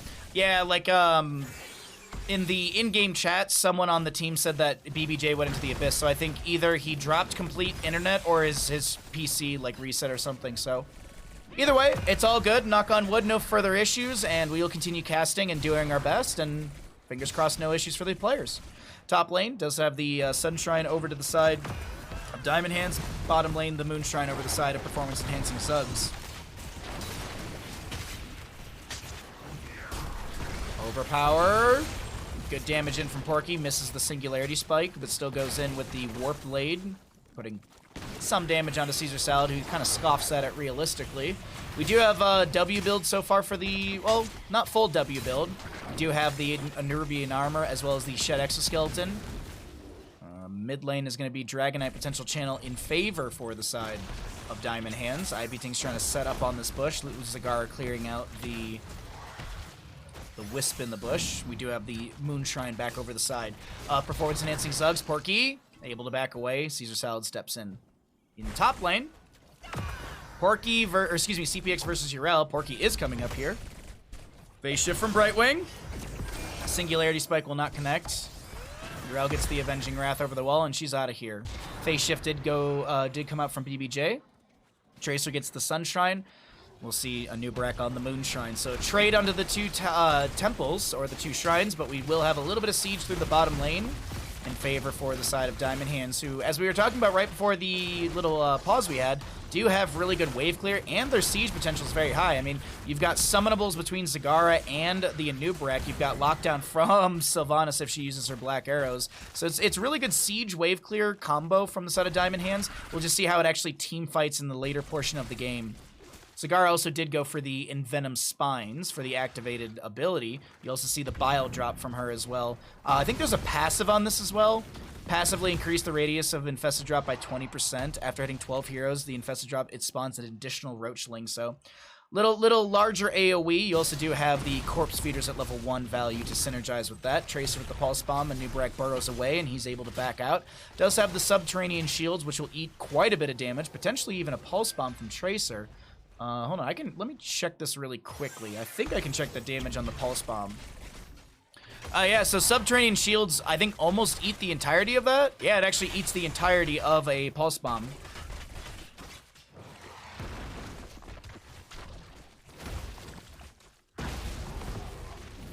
Why do I enter chat and you say bush?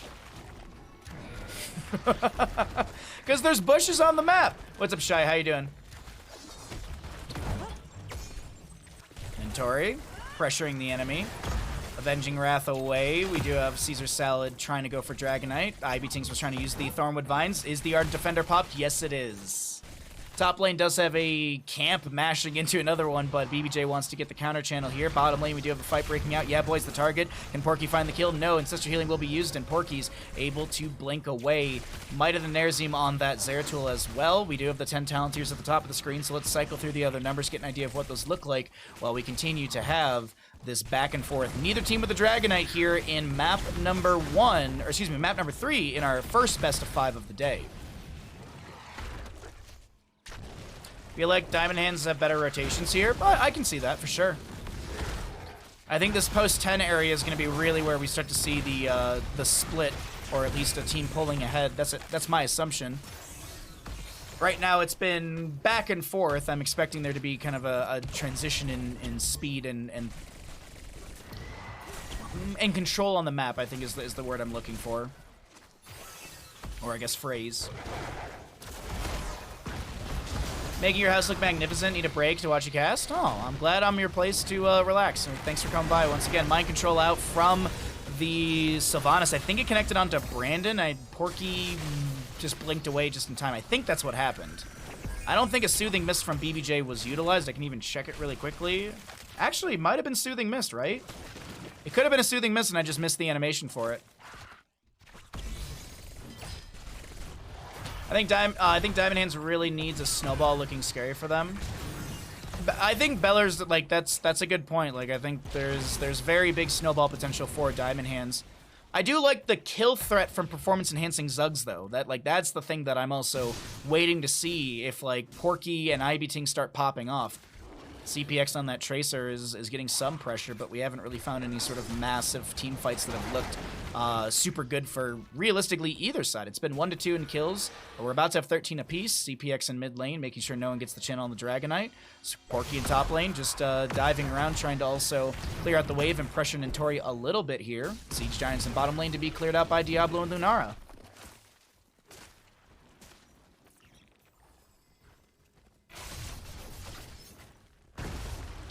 Bahamut could cast Paint Drying and it'd be entertaining and worth watching. Right there on the corner, you can see that the microbial of the blue paint is starting to go before the rest. If we zoom onto the top left corner of our wall... Thank you for the kind words, I appreciate it. My apologies, I was memeing around and that's going to be the dive onto the Urel. She does die in top lane. Ardent Defender was used at some point during that because it's at 120-second cooldown. Diablo goes down in bottom lane. He's got his souls to be consumed, so he'll consume 75 out of the 100 because of the of hitting level 10. And we'll see the bottom lane fort to fall. Chat was mentioning the snowball potential for Diamond Hands. I'm feeling it right here. I'm definitely feeling it, Mr. Krabs.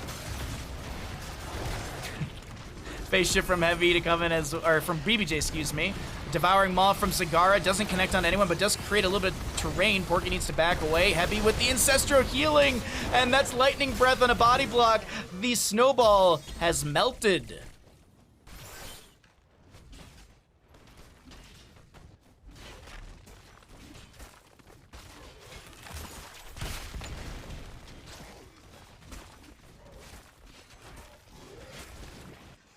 Now, speaking of paint, by the way, we're going to be doing our Baja Rasa this week.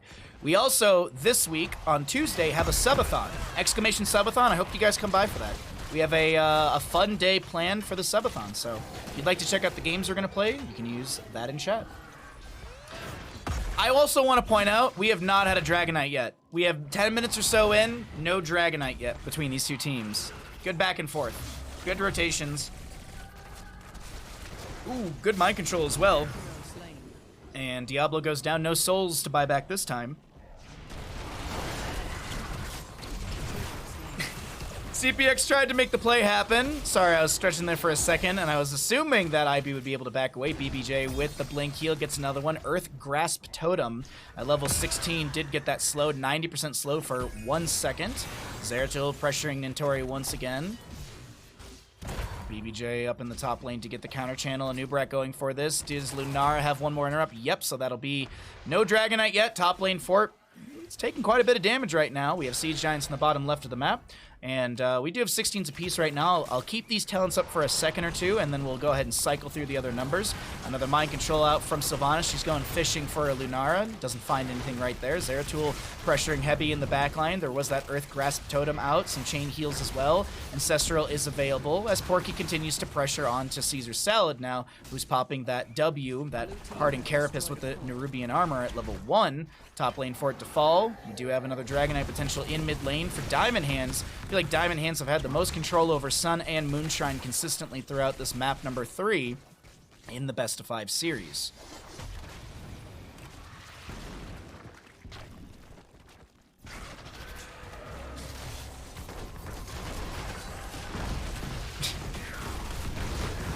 Oh, I have to wait for level 55.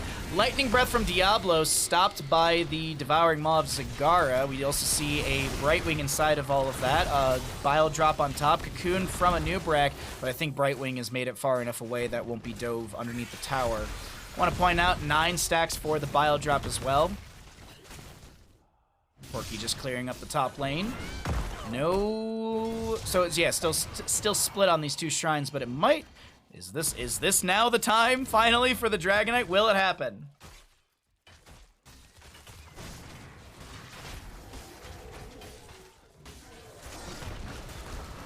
Dragonair takes a long time to get to level 55. Dragonites come to those who wait. Ah, I see.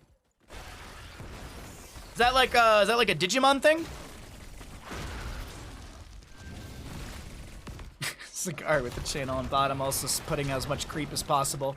As I said, we have those late game numbers, so let's go ahead and take a look at those while we are approaching level 20. You can see if Porky's actually gotten more than 0 damage. Let's see, where's Porky in damage? 39,000. All right, Porky's doing fine in his damage department. 40,000. He's actually got the highest heroic damage in the game. If they win, if performance enhancing Zugs win, there needs to be an apology to Porky, I think. Oh, it's a Yu-Gi-Oh card. I'm so sorry. Fake gamer boy. Porky tries to get the dip, dive, dodge, dip, and dodge, and it doesn't work out, and the phase shift not in time. Phase shift, by the way, is a 2-second channel time. Feels like forever. Fire Stomp out from Diablo. Sees one of the... actually, does get rid of one of the little creep tumors right there. Mid lane, little bit of poke out from IB Tings. That's a good Pulse Bomb onto Sylvanas. She pops the Will Forsaken, gets right out of there. Lightning Breath from Diablo. The Polymorph is cleansed. The Ancestor Healing comes through. Here's Urel with the Righteous Hammer. Misses CPX. Zagar clearing out the bottom lane Bruiser camp. Porky Caster Cursed. Yeah, that is true. My powers. Oh yeah, that's what Kerrigan. So I'll just quote Kerrigan. Unbridled energy.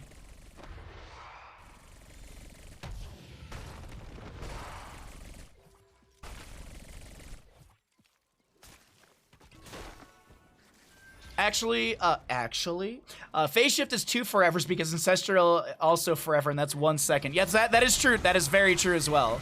It is 2 forevers, not 1 forever. Mind control. I don't know how that was actually... I thought that hit Diablo. That was really weird. Wait, did the mind control not hit Diablo? Am I crazy? What? No! This is a troll. This is a troll, man. Bubble Hearth? Really?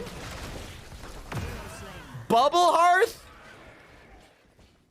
When you take Bubble Hearth, you in my mind, you've already decided that you've won the game. Lunara Cleanse, thank you. Thank you very much. I was like, I did not see, like, I didn't hear anything. Like, because I don't think Lunara's Abolish Magic has, like, a visual or a sound to it, if I'm not mistaken. There's going to be a mind control onto Porky. He's able to get away.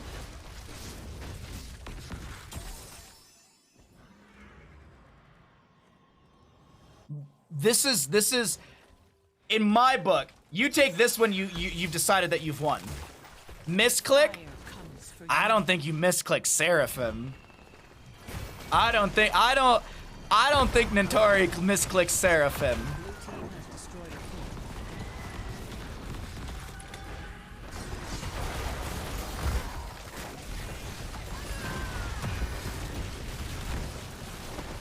Alright, so Dragonite, we do have a Dragonite, 16 minutes in. Finally 16 minutes in. Dealing 810 damage into structures.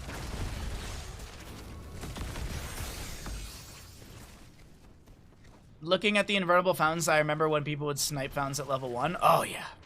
Especially on this map, where you'd have Genjis go and take it down the well in top lane.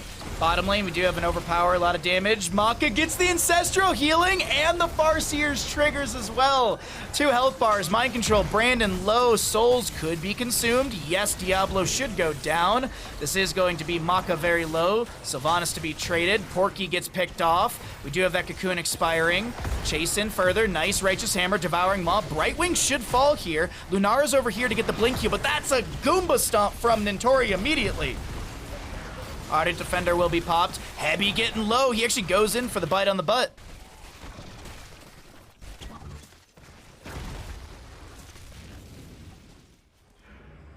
It has a small visual, but no sound. Probably the required, yeah. A patch. Oh man, I can't wait for the next HOTS patch, man. Aren't we all excited about that totally real HOTS patch, Copium? Exclamation patch. Alrighty, 18 minutes in. Real close here. Real close for the side of Diamond Hands. I actually feel like it's one good team fight and they can take down a keep and go core. Some recalls. Has Bubble Hearth even been used? Zag quest, please. Oh, you want her to finish the last stack of Bile Drop? I was like, I'm showing talents. What do you mean? 73 souls, excuse me, for the Diablo. Actually, more so now, but it doesn't matter. Second Dragonite phase will be activating here in 25 seconds. I assume Diablo will have enough souls by the time this is up for contest. Are they looking for a fight here? Yes, they are. There's going to be a dive on Tyrell. Nintori has that Bubble Hearth. If things get bad, Mind Control is going to be wide from the Sylvanas. There you go. Zagara's done with Bile Drop. Avenge my husband. Earn his power and destroy your Zagara's got that pack instinct at level 20. Oh boy. Alrighty, so it's just grabbing camps right now, putting pressure on the map. 9-5 in kills. That's the one with the reworked Haunted Mines, right? Yes, exactly. Hots will have one last large balance pass Tuesday before the land, just to mess with everyone. Oh yeah, yeah. Yeah, I can totally substantiate that rumor. Hellgate from Diablo. Diablo's just being knocked around right now, but he does manage to get his full souls right there. So if he does die, we'll be able to buy back or at least respawn immediately. I guess buyback's not the right term because that implies you have like a choice whether or not to do it. But either way, ooh, CPX very low, almost goes down. Ancestor Healing will connect from the Rhaegar Fire Seer's Blessing. Maka tries to spread that to anyone needing the extra HP, but it's not really necessary. Heavy taking a lot of damage, does try and back away with the Cocoon on the right-hand side onto BBJ, as we have Tracer chasing in. Mind Control goes out by Sylvanas, but it doesn't connect onto any enemies. Top lane does have the Bruiser Camp still pushing up, and the Moonshrine will be converted back in favor for performance-enhancing Zugs. As the fight breaks out once again, Haunting Wave in to Brandon. We have some poke out from the Arcane Flares of Brightwing. Zeratul at the top of our screen, looking for a way to get into this fight, has to blink away as Nintori does get the Righteous Hammer bop. Chase in from Nintori onto Porky. We have a bit of a split fight right now. Lunara, Pulse Bomb. That's the Get Stuffed, and the Get Stuffed might have actually saved Caesar Salad. Maka low, good chain heals. There's going to be a cleanse from Rhaegar as well. Nintori jumps around. That's a dive from Zeratul. Able to back away, lands a Singularity Spike, but he doesn't go back in with the Vorpal Blade. Top lane still is the Bruiser Camp pushing up with a catapult right behind everything, if you're curious, and I know all of you always are. 754 damage from the Cata right now.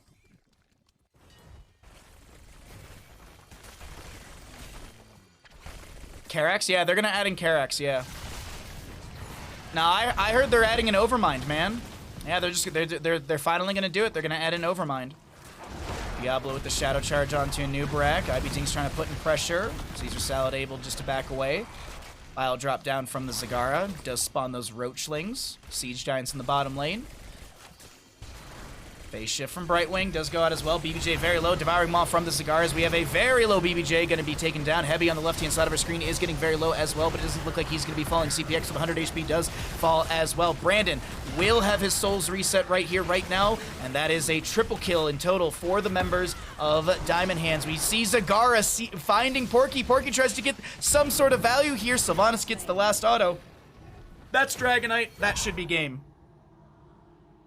You already see that the rush through bottom lane is happening. Sylvanas looking really quickly. She does have Black Arrows off cooldown. She can lock down this keep. Anubrak spawning some beetles. Haunting Wave to the far side of this keep, but Maka's got to be careful here from the Lunara burst ability. Dragonite making its way downtown and is going to be able to kick Brandon. Nice lightning breath to just mitigate that, but also Maka getting chunked by those flames. Haunting Wave forward it isn't triggered. Dragonite getting in some good damage. Diamond Hands might be the ones in the advantage spot here in this best of 5. Yes, they are. I can't believe it. Ladies and gentlemen, after such a dominant game number 1 on Sky Temple, performance enhancing Zugs, they are not looking like they're performing too well. Diamond Hands takes map number 3.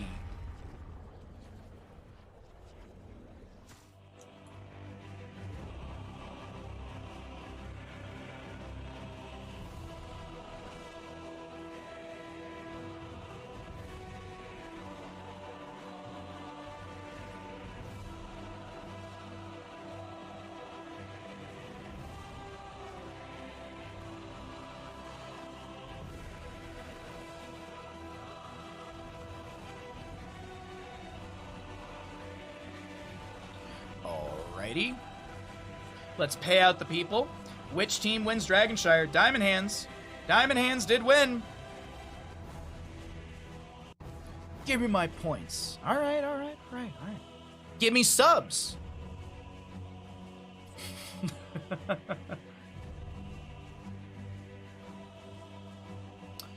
On the note of subs, actually. Hello? Hello, Stream Deck? Wait, why is this not working?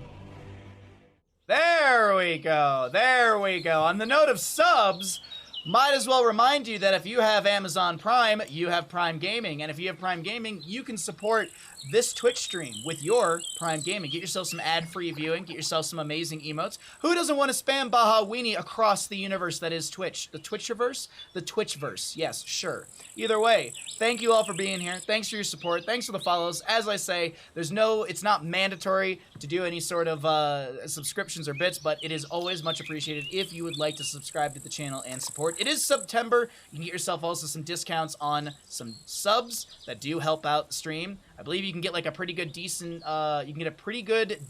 if you subscribe to the channel for like 6 months or something like that. You get a nice hefty discount on 6 months sub. So either way, if you'd like to support the stream, it's very much appreciated. But I just want to say thank you for being here and thanks for hanging out during these games.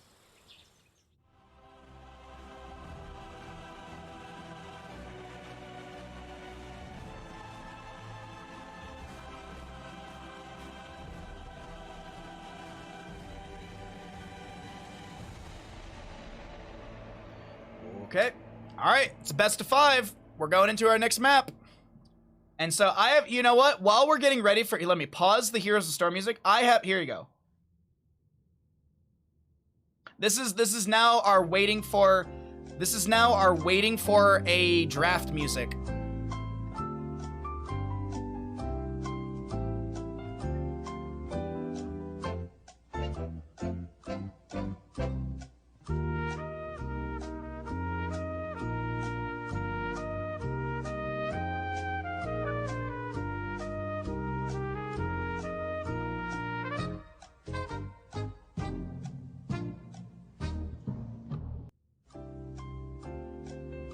Wow.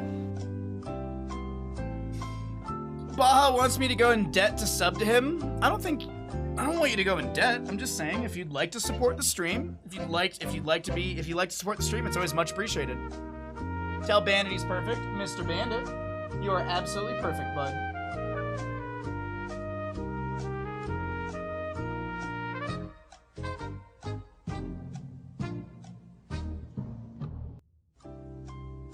This is our waiting for a draft music. Is this the 10-hour loop remaster HD? It's a 15-minute version.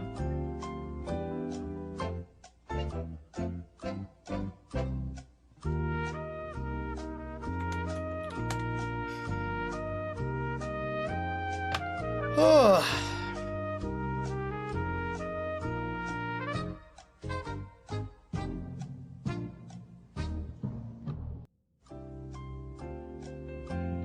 This ad. I'm a college student failing classes, but at least I can fly to Europe for cheap. Wait, what? What a weird ad.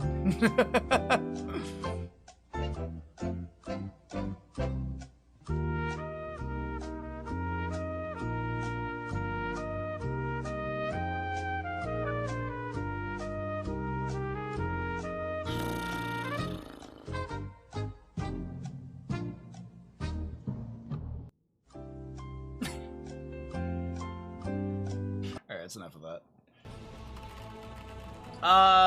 Some Big Loser, thank you for the tier 1 resubscription for 2 months. Thank you very much, bud. I will follow you to the end of the world.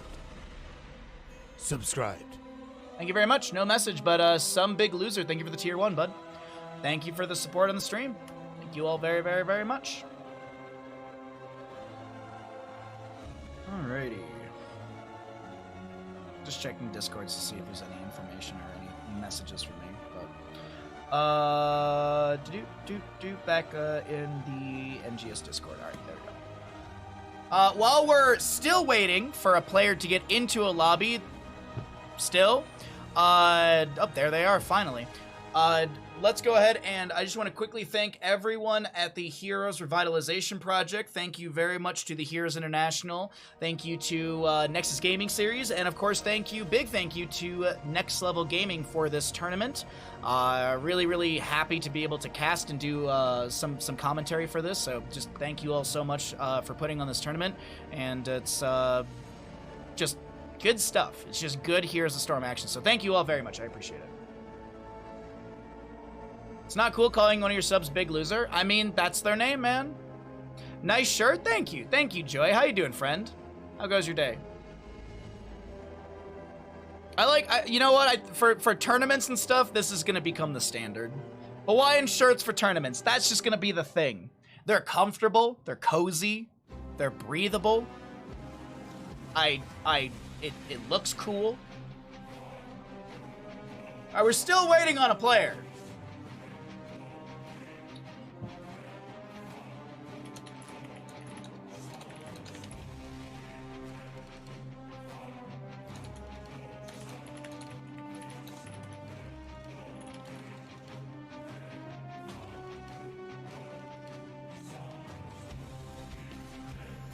Good, enjoying some LEC today. How's the stream? Stream's been good. Stream's been good. I'm just literally telling the players right now. I was like, we still have 2 more best of 5s. Can we get going? Like,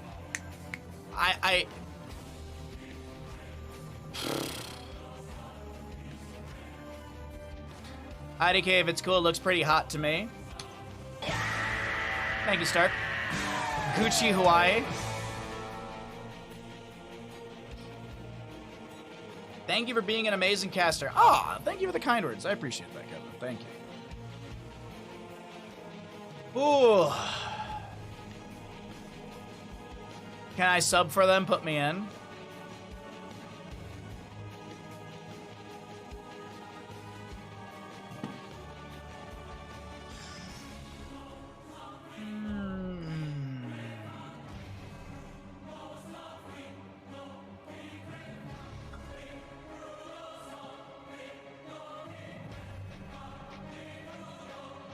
Oh God.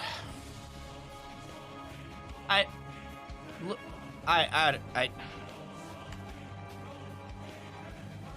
don't know, man.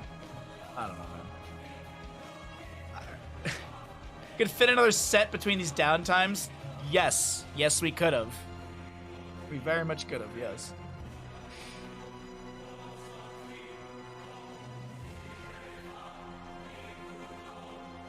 I don't think any of us have IB's phone number. What?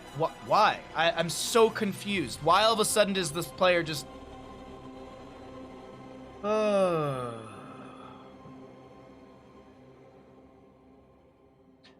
Wish we could play some marble. Dude, we probably could have done an entire marble tournament in the downtime of these matches. We still have 2 more best of 5s. We're in the first best of 5. Jokes aside, I really like your shirt. You have. Where'd you get it? Oh, I can show. I can tell you. I can tell you. I got it off of Amazon, and it was actually pretty cheap off of Amazon. It was like under 20 bucks, I think it was. Let's see, shirt. It is this one. It was $15.99.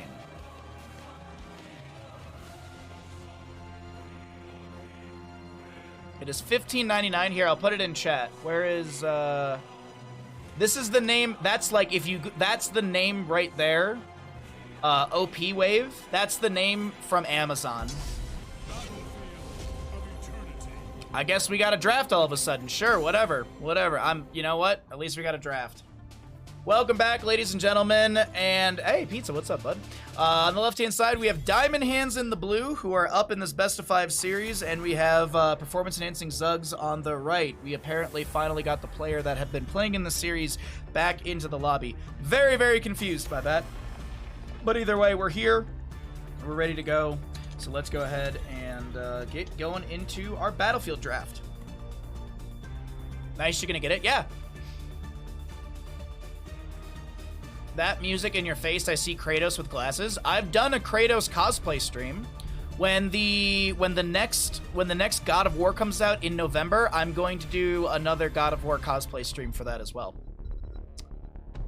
Why do I not have an affiliate link? I think I do. I just don't have it like set up or something like that. I'm kind of bad with doing Amazon stuff. I really am. I should really set that up. I think I have an affiliate link, but I think I have to just like dig around for it.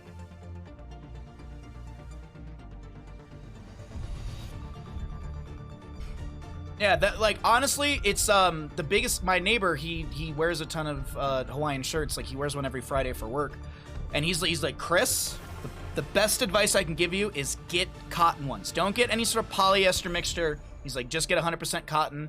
Wash them cold. Don't dry them. Just air dry them. And it hasn't shrunk. It's super comfortable. It's very breathable. It's like 80 degrees Fahrenheit in my stream room right now with the lights and everything.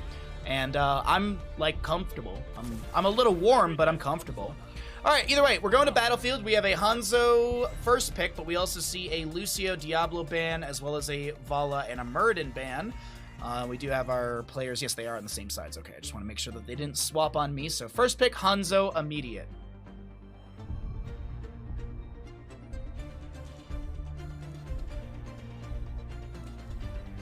What else are we gonna get? Sorry, I'm thinking here. Is it like a Snap Joanna? Oh! Okay, Dahaka Nubarak. Dahaka, I mean, he's great. It's a little surprising. It's usually not the hero we see for the solo lane for Battlefield of Eternity. What's a Fahrenheit? Fahrenheit? Well, Fahrenheit is a night when you go to like a town fair. No, It is a number that signifies temperature that only one country uses. I like doing the conversion stuff for funsies as well. I think what, like 80 degrees Fahrenheit is like 23-ish Celsius or something like that. 23, 25 Celsius, somewhere in that pocket. Let's see. What do we have with this so far? So we need we could see a healer ban as well. See what actually be. Maybe an Ana ban. So yesterday, I believe on this map, BBJ played an Ana, and that's the reason I was like, ooh, maybe an Ana ban. Because we actually could still see Li Ming Ana for the side of Storm, or not Storm, sorry, there's a bunch of names that are Storm. For the side of Performance Enhancing Zugs. I actually really do think that Ana and Li Ming would be pretty good for the side of Performance Enhancing Zugs. Isn't Fahrenheit the weird temperature scale in the United States? It is, yes. I was making it. I was making a joke. It's freedom degrees. Freedom degrees. No, it's like freedom degrees. I know it might be weird, but like I honestly think that like Ana Li Ming, they ran this yesterday. I think it could be really strong. Also, Ana Hogger, like a nano Hogger, no control, that could be really cool too. BBJ has been flexing with his healer role, and he's been playing a different healer in every map. He did that yesterday. He's so far done it today. Let's see what we get right here. Ooh, a Malfurion with the Tracer. I like this too. I like this too. I would have very much liked the Li Ming Ana for the burst ability, but I mean, this looks pretty good as well. A very good composition from the side of Performance Enhancing Zugs. 85 Fahrenheit is 30 Celsius. Ready to roll out. That sounds about right.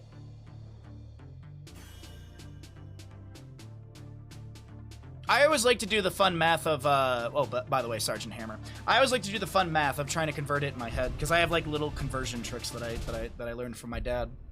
Alrighty, well, Sergeant Hammer rounds out the draft. This is... I don't know who wins this. I really don't know. Well, we're gonna find out. Which team wins Battlefield of Eternity? Get your gambles in, ladies and gentlemen. Get your gambles in, ladies and gentlemen, as to which team wins Battlefield of Eternity.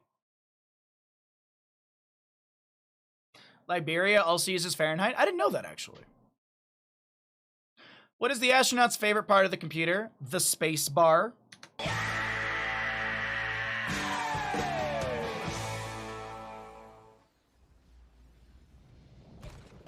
Prepare yourselves for battle, heroes. Storm League, oh my god, why you pick Hammer? You trolling. Meanwhile, in tournament scene, hello Hammer. Yeah, absolutely. On the left-hand side, we got Diamond Hands looking to make a 3-1 happen through Battlefield. Maka on the Sergeant Hammer, Heavy on that Anduin. Caesar Salad to play the Anubarak. Yeah, boy, on the Junkrat, and Dahaka to be played by Nintori. On the side of Performance Enhancing Zugs, we have got the members. We got Porky on the Hogger. We've got IB Tings on the Hanzo. CPX will be on the Tracer. Brandon on the Diablo, on the Garrosh. BBJ on Malfurion. Emerald Dreams, as always, at level 1. I'm assuming it's going to be simple geometry for Hanzo. Yes, it is. Does pick up 2 stacks right there. And Tissue Regeneration for the Dahaka. Doesn't really need the enhanced agility. It's nice, but he doesn't really need it. Enduring Swarm is always nice, but it's more physical damage than spell damage coming out from our Performance Enhancing Zug. So I think this Tissue Regeneration is a very smart call from the Dahaka. Also gives him more laning potential into the Hogger on top of that. Groundbreaker from Garrosh. He does have the Warbreaker level 1, and once you hit those 5 stacks, you get the damage over time. As well as once you hit the 15, you get the cooldown reduction. Hanzo, IB Ting's already at 10 stacks on his simple geometry. As the gambles, wow, the gambles are, the confidence in the gambles is starting to dwindle a little bit here. Sergeant Hammer is going to set up. We are probably going to see full kind of portrait build, if you will. Anubarak burrows back towards his allies. Sergeant Hammer still set up over here, gets hit with the Sonic Arrow.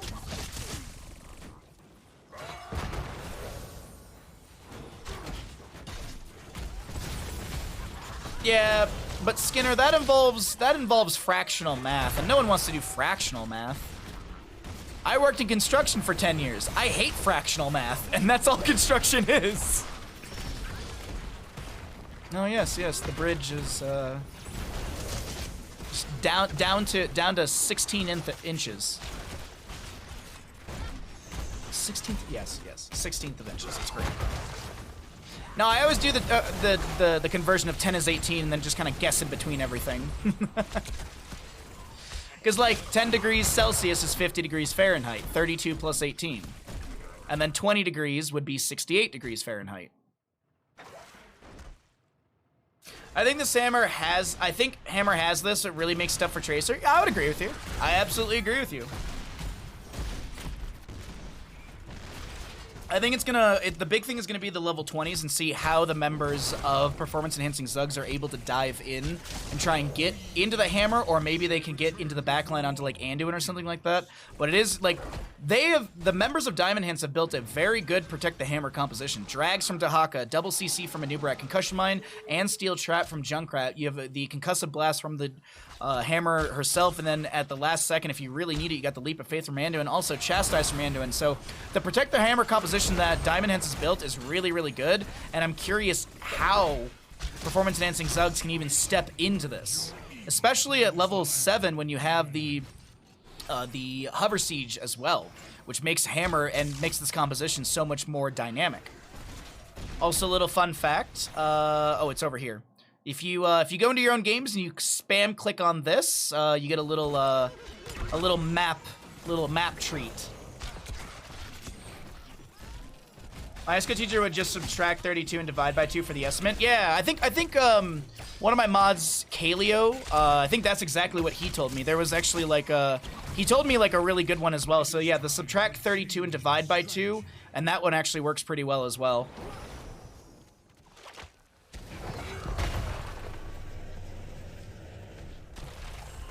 Burrow from Anub'arak. Brandon is the target. Concussion Mine zones back Ivy. Chattering Teeth going to be eaten by the Indomitable. Pulse Bomb onto yeah boy! Dropping the Junkrat down to 50% or so. The race between the two teams seems like it will be won by the members of Performance Enhancing Zugs. This first Immortal goes into the bottom lane as it is the more well-defended lane.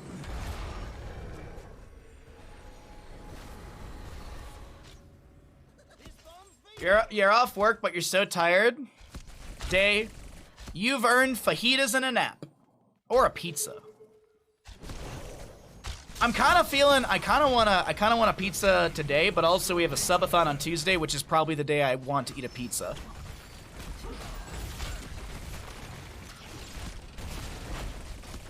Bottom lane, Mortal is going to be pushing in. That it will be the ranged, or the shield's dropping, so the Mortal stops attacking from range, moves into melee. Hogger looking to jump in here as well. Scatter's done from Hanzo. We have that loot horde on the ground. Burrow onto Hogger as the ally toss gets him out. There's going to be the toss onto Dentori. Dentori taking a lot of damage. Burrows under the ground, pops the Essence, and Pulse Bomb will be eaten by the Burrow. Now, we have about 50% of the fort and bottom lane to fall from this Siege of the Immortal.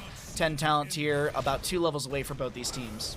Good morning, Big Scary Duck. How you doing? Happy Sunday, bud. I need to slide in your DMs for things that you have offered. That sounds really weird as I actually say it, but either way. Burrow onto Porky, a lot of damage. He's got healing. He's got the amplified healing. It's not gonna be enough. Is that the yeah, I think it was the On the Prowl, I think it was giving him the extra healing. I'm pretty sure.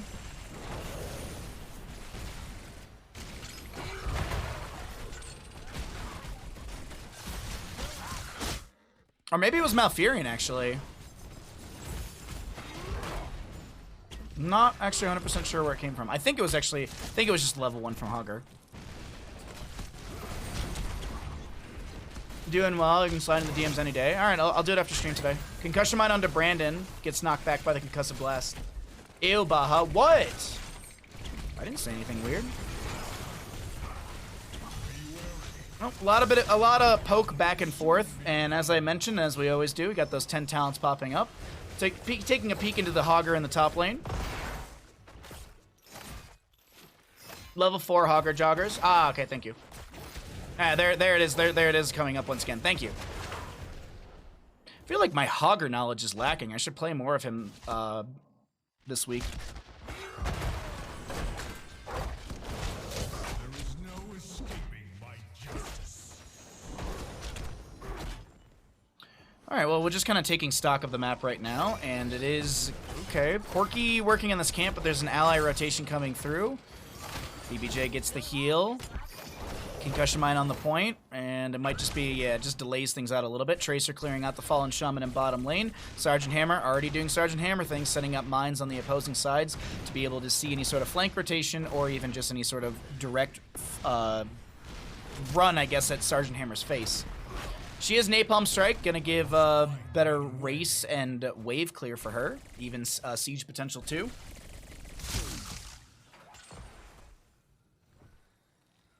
A lot of poke back and forth right after I'll slide in your DMs. Yeah, what? Chat, you're the one taking things out of context, okay? I'm just out here casting and streaming. Fallen Shaman in bottom lane gets cleared out. Some scatters out as well. Hogger with a big bounce into the back line. Throws the Hortipult to get out of there. There's a light bomb from the Anduin as well. Porky very low. Malfurion pops the Tranquility. BBJ keeping his allies up. Sergeant Hammer gets the Concussive Blast onto Brandon. There's a little leap of faith from Heavy to make sure Hammer's a little further away from any sort of advancing threats of Brandon on the Garrosh, who does throw down another Groundbreaker. Nintori going to be hearthing out. The assumption is that he's got Brush Stalk, so he can maybe look for a flank, and he's actually going to be Brush Stalking right here into an Immortal Stun. No, he actually avoids it. Drag from Nintori does not connect. He's got the Feeding Frenzy, so we should see him having another available drags soon. Maka is getting a lot of good damage. The race is through because Hogger and Tracer were trying to burn down the enemy Immortal, but it doesn't work out, and it is going to be another Immortal this will be the first Immortal to the side of Diamond Hands. My apologies, as I misread that Immortal phasing. This going into the top lane.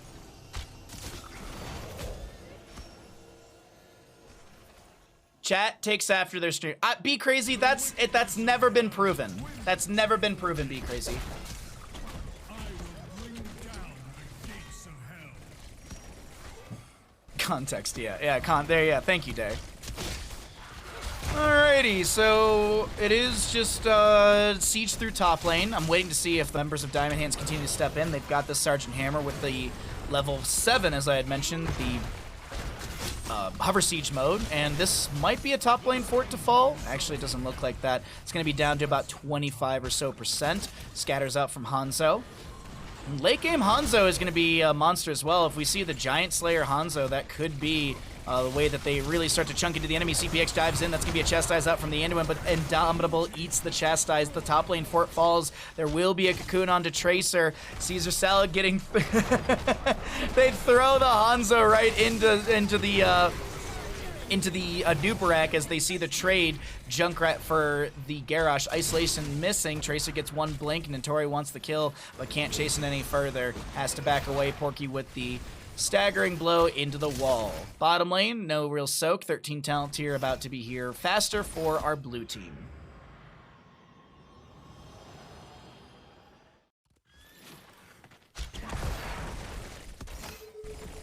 Well then. Well then. So we see one fort to fall 10 minutes in. And Tori just soaking up the bottom lane to get that 13 talent here. Decent wave in top lane for the side of performance-enhancing Zugs. They want to try and get some counter pressure, but once again, Sergeant Hammer's here, and this is just going to be Hover Siege to slowly clear the wave. They also have that Napalm Strike, one of the shortest cooldowns, one of the shortest heroic cooldowns in the game, as it's, what, like 7 seconds or something? 6 seconds on that one. I should clarify, it's the shortest heroic cooldown at level 10.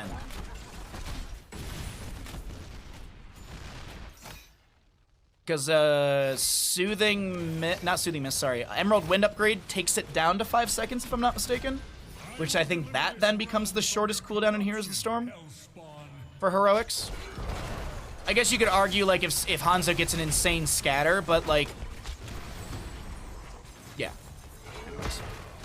Sergeant Hammer just floating around, trying to pressure back the enemy from getting any poke onto the Immortal phase. No race coming out from the side of Diamond Hands. They're mostly anchoring in a defensive position. Top lane has Fallen Shaman, starting to push up. Sergeant Hammer floats her way over towards the enemy Immortal and starts getting in some of those shots as well. Does have the hyper-cooling thrusters from level 13. And 2-1 in our kills. Steel traps everywhere. Hogger spins through. Warlord's challenge toss onto. Oh god, the Garrosh is getting bopped around. Brandon does go down. Hanzo gets a huge arrow, but now the dragon arrow is. Oh wait, Hanzo's actually going to be inside the cocoon. Riptire from Junkrat. Hogger gets a bounce out. Ivy's able to get the agility over the wall. Garrosh dead for 19 seconds. This will be Maka and friends starting to race down the Immortal. Crummy stands is shorter at 10. Oh, is it? What is Chromie's? The hunter lays a trap for his prey. Oh, so good afternoon, King Andrew.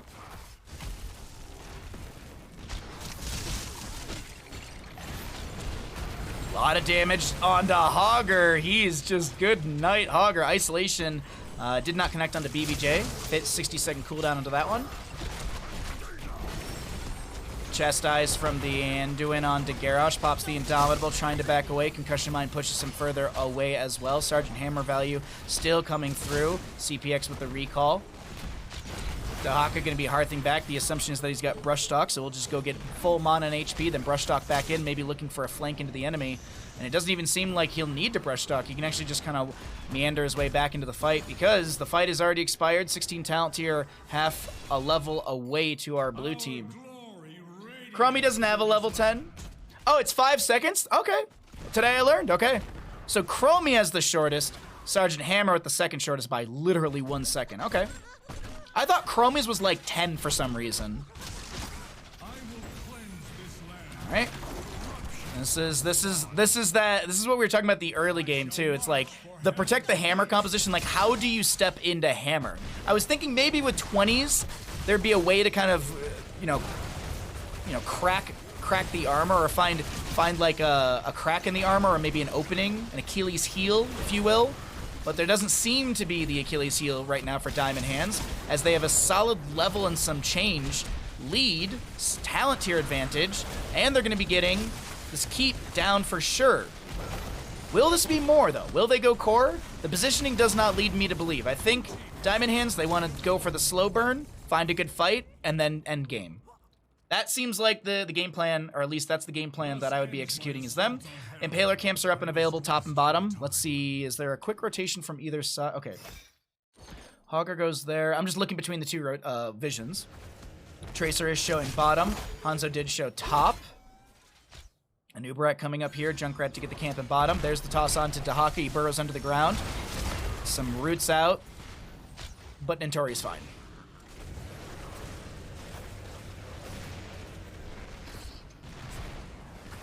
Varian has the lowest CD with his charge at 10. Yeah, because that takes it from 12 to 4 seconds, but charge is not an R. Charge is not your R button. Drag from Dahaka not connecting. Elongated tongue was picked up at 16. Orky to still clear out bottom lane. Even talent tiers, but it does feel like it's just slowly, as I keep saying, kind of that slow burn. Like it's just performance enhancing Zugs. It's looking like everything is just being mashed into them. They'll go for a fight here. Brandon with the toss on a Sergeant Hammer. Good Warlord's challenge. There's the pulse bomb. Great lockdown, as that's a huge arrow from downtown. IB sets up. I think Nintori might be sacrificed here. Borderpult over the wall. Punished Heavy. Might get punished. Huge scatter from IB. Heavy trying to back away. Little heal as well. Concussion Mine pushes back that Hanzo. Hogger chasing Heavy. Any desperate heals? Does he have Speed of Pious? Ooh, he does. What's up, Bandit? God dang. Well, that's the Achilles heel they needed to find. 6 seconds on Hammer, 12 on Dahaka. If you're wondering, I can check. He does have brush stock off of respawn. And I know it showed Junkrat there. It's just a visual thing for the observer mode when you have a dead hero clicked on. It just shows a random icon on the team. or a random character from the team. I think this is gonna be a nearly fully shield. Oh no, Caesar Salad. This is not the staggered death you want. They had the slow burn. They had the slow burn, but in the last minute and a half, the members of performance enhancing Zugs, they flipped the switch. They flipped the script, and this is Immortal to top lane, dealing significant damage to structures. We're gonna check this out right now.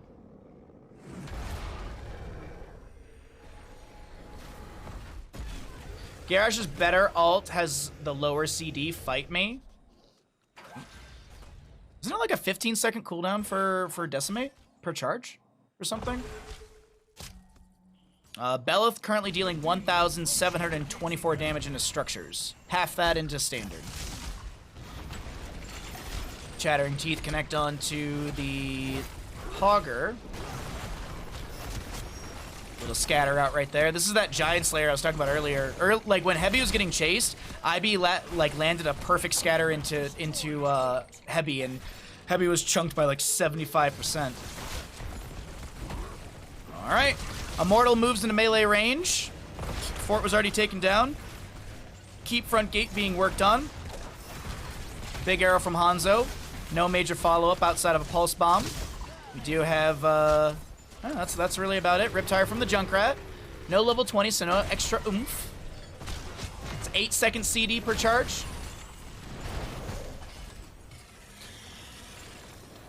The demon has fallen. What about Li Ming with instant heroics? Well, so what I'm saying is I'm not. Yeah. So this is where we get into the Twitch chat of things, or the everyone's like, well, wait, what about this? I'm talking about just the number right here. I'm not talking about like Hanzo's level 20 with cooldown reduction or anything like that. I'm talking about the number that is said right here at level 10.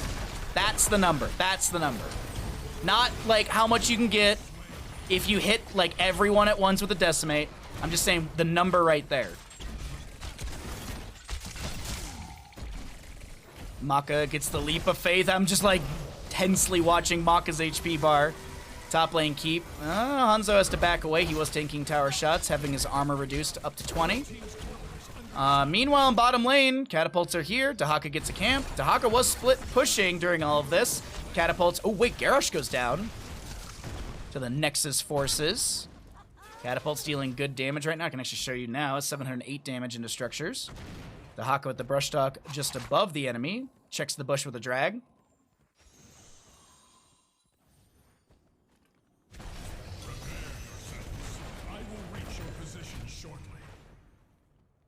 Brightwing Blink. It still has a cooldown, man. Still has a cooldown. I'm just talking about the cool. This is why. You know what? This is why I don't say these things on stream anymore. Well, actually, the blink is instant. So no, I'm talking about the number. 75 seconds. 6 seconds. 70 seconds. Doesn't matter, actually. Either way, 20 apiece right now. We do have a win condition set up for the side of performance-enhancing Zugs as well. As if they find a good fight, they can rush through top, take down, keep, and go core. Level 20 for Sergeant Hammer, by the way, that ultra capacitor, so she's got pew, pew, pew, pew, pew value. Cannonballs for the Junkrat.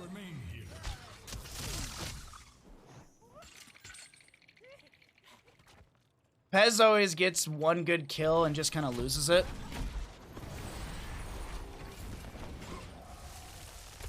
Hammer 20 could be the winning talent. I would agree, yeah. Ultra Capacitors is huge.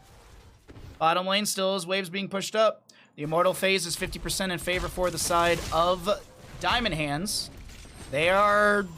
Oh, by the way, if this Immortal is won by Diamond Hands, that will go into top lane. Chastise connects onto the Garrosh. He pops the Indomitable. Some good healing. BBJ with the Tranquility. We've got Porky in the backline. He does have the level 20 no control. Doesn't go in for it right now. Hanzo gets a huge arrow into the backline, but there's nothing really outside of stalling out some damage. And actually, that arrow might have saved CPX as the Sergeant Hammer wasn't able to auto into the Tracer during that time. But still, Maka has that little range on the little range on Sergeant Hammer and is able to just take down this Immortal. Catapult is at core, chunking through the shielding, and we have a keep front gate still up and available for the defense. Victory through righteousness. Give me a game 5. We'll have to see. This needs to be a Titanic defense. 2,044 damage from Alarian into top lane. 1,022 standard. Burrow Charge, Impale onto Porky. Anubarak is also Trader King at level 20. No rewind for the Anubarak. Anduin does have that Inner Fire Light Bomb upgrade. There's the Impale onto Brandon. He's taking a bit of damage. Does have that armor. Burrow Charge from Anubarak. Hanzo gets the agility over the wall away from Nintori. Good scatter out. Bottom lane has catapults on core. Look at that top right of your screen. You've got those catapults dealing core shield damage. Soon to be permanent. Drag onto Porky. Burrow Charge in from Anubarak Cocoon onto the Malfurion, trying to stop any incoming healing. Here comes the Riptide from Junkrat. Just immediately is immediately triggered because they know this is no kill onto the Hogger with that. 8% off the core right now. The Immortal gets one swing, and that's it. We'll have 17% down on the core. Little leap of faith from Heavy saves the Anubarak. Hanzo looking for a scatter. Okay. All the keeps are down. It's not game over. Good defense from the side of Performance Enhancing Zugs. They only lose 17% off their core. Let's look at the late game numbers.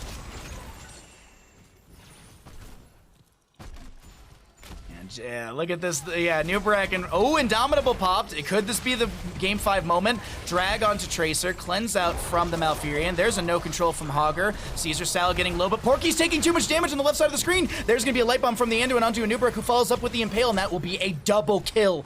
Now IB Tinks is gonna be the new target, as that's the agility over the wall, natural agility saving the moment. Garrosh is gonna double back. There's a huge arrow from Hanzo, which buys a moment, but Cocoon from the Garrosh, or excuse me, from the Anubarak is still going to be. Junkrat wants this kill so bad. And Garrosh is delaying. Oh god, what? Yeah. Yeah.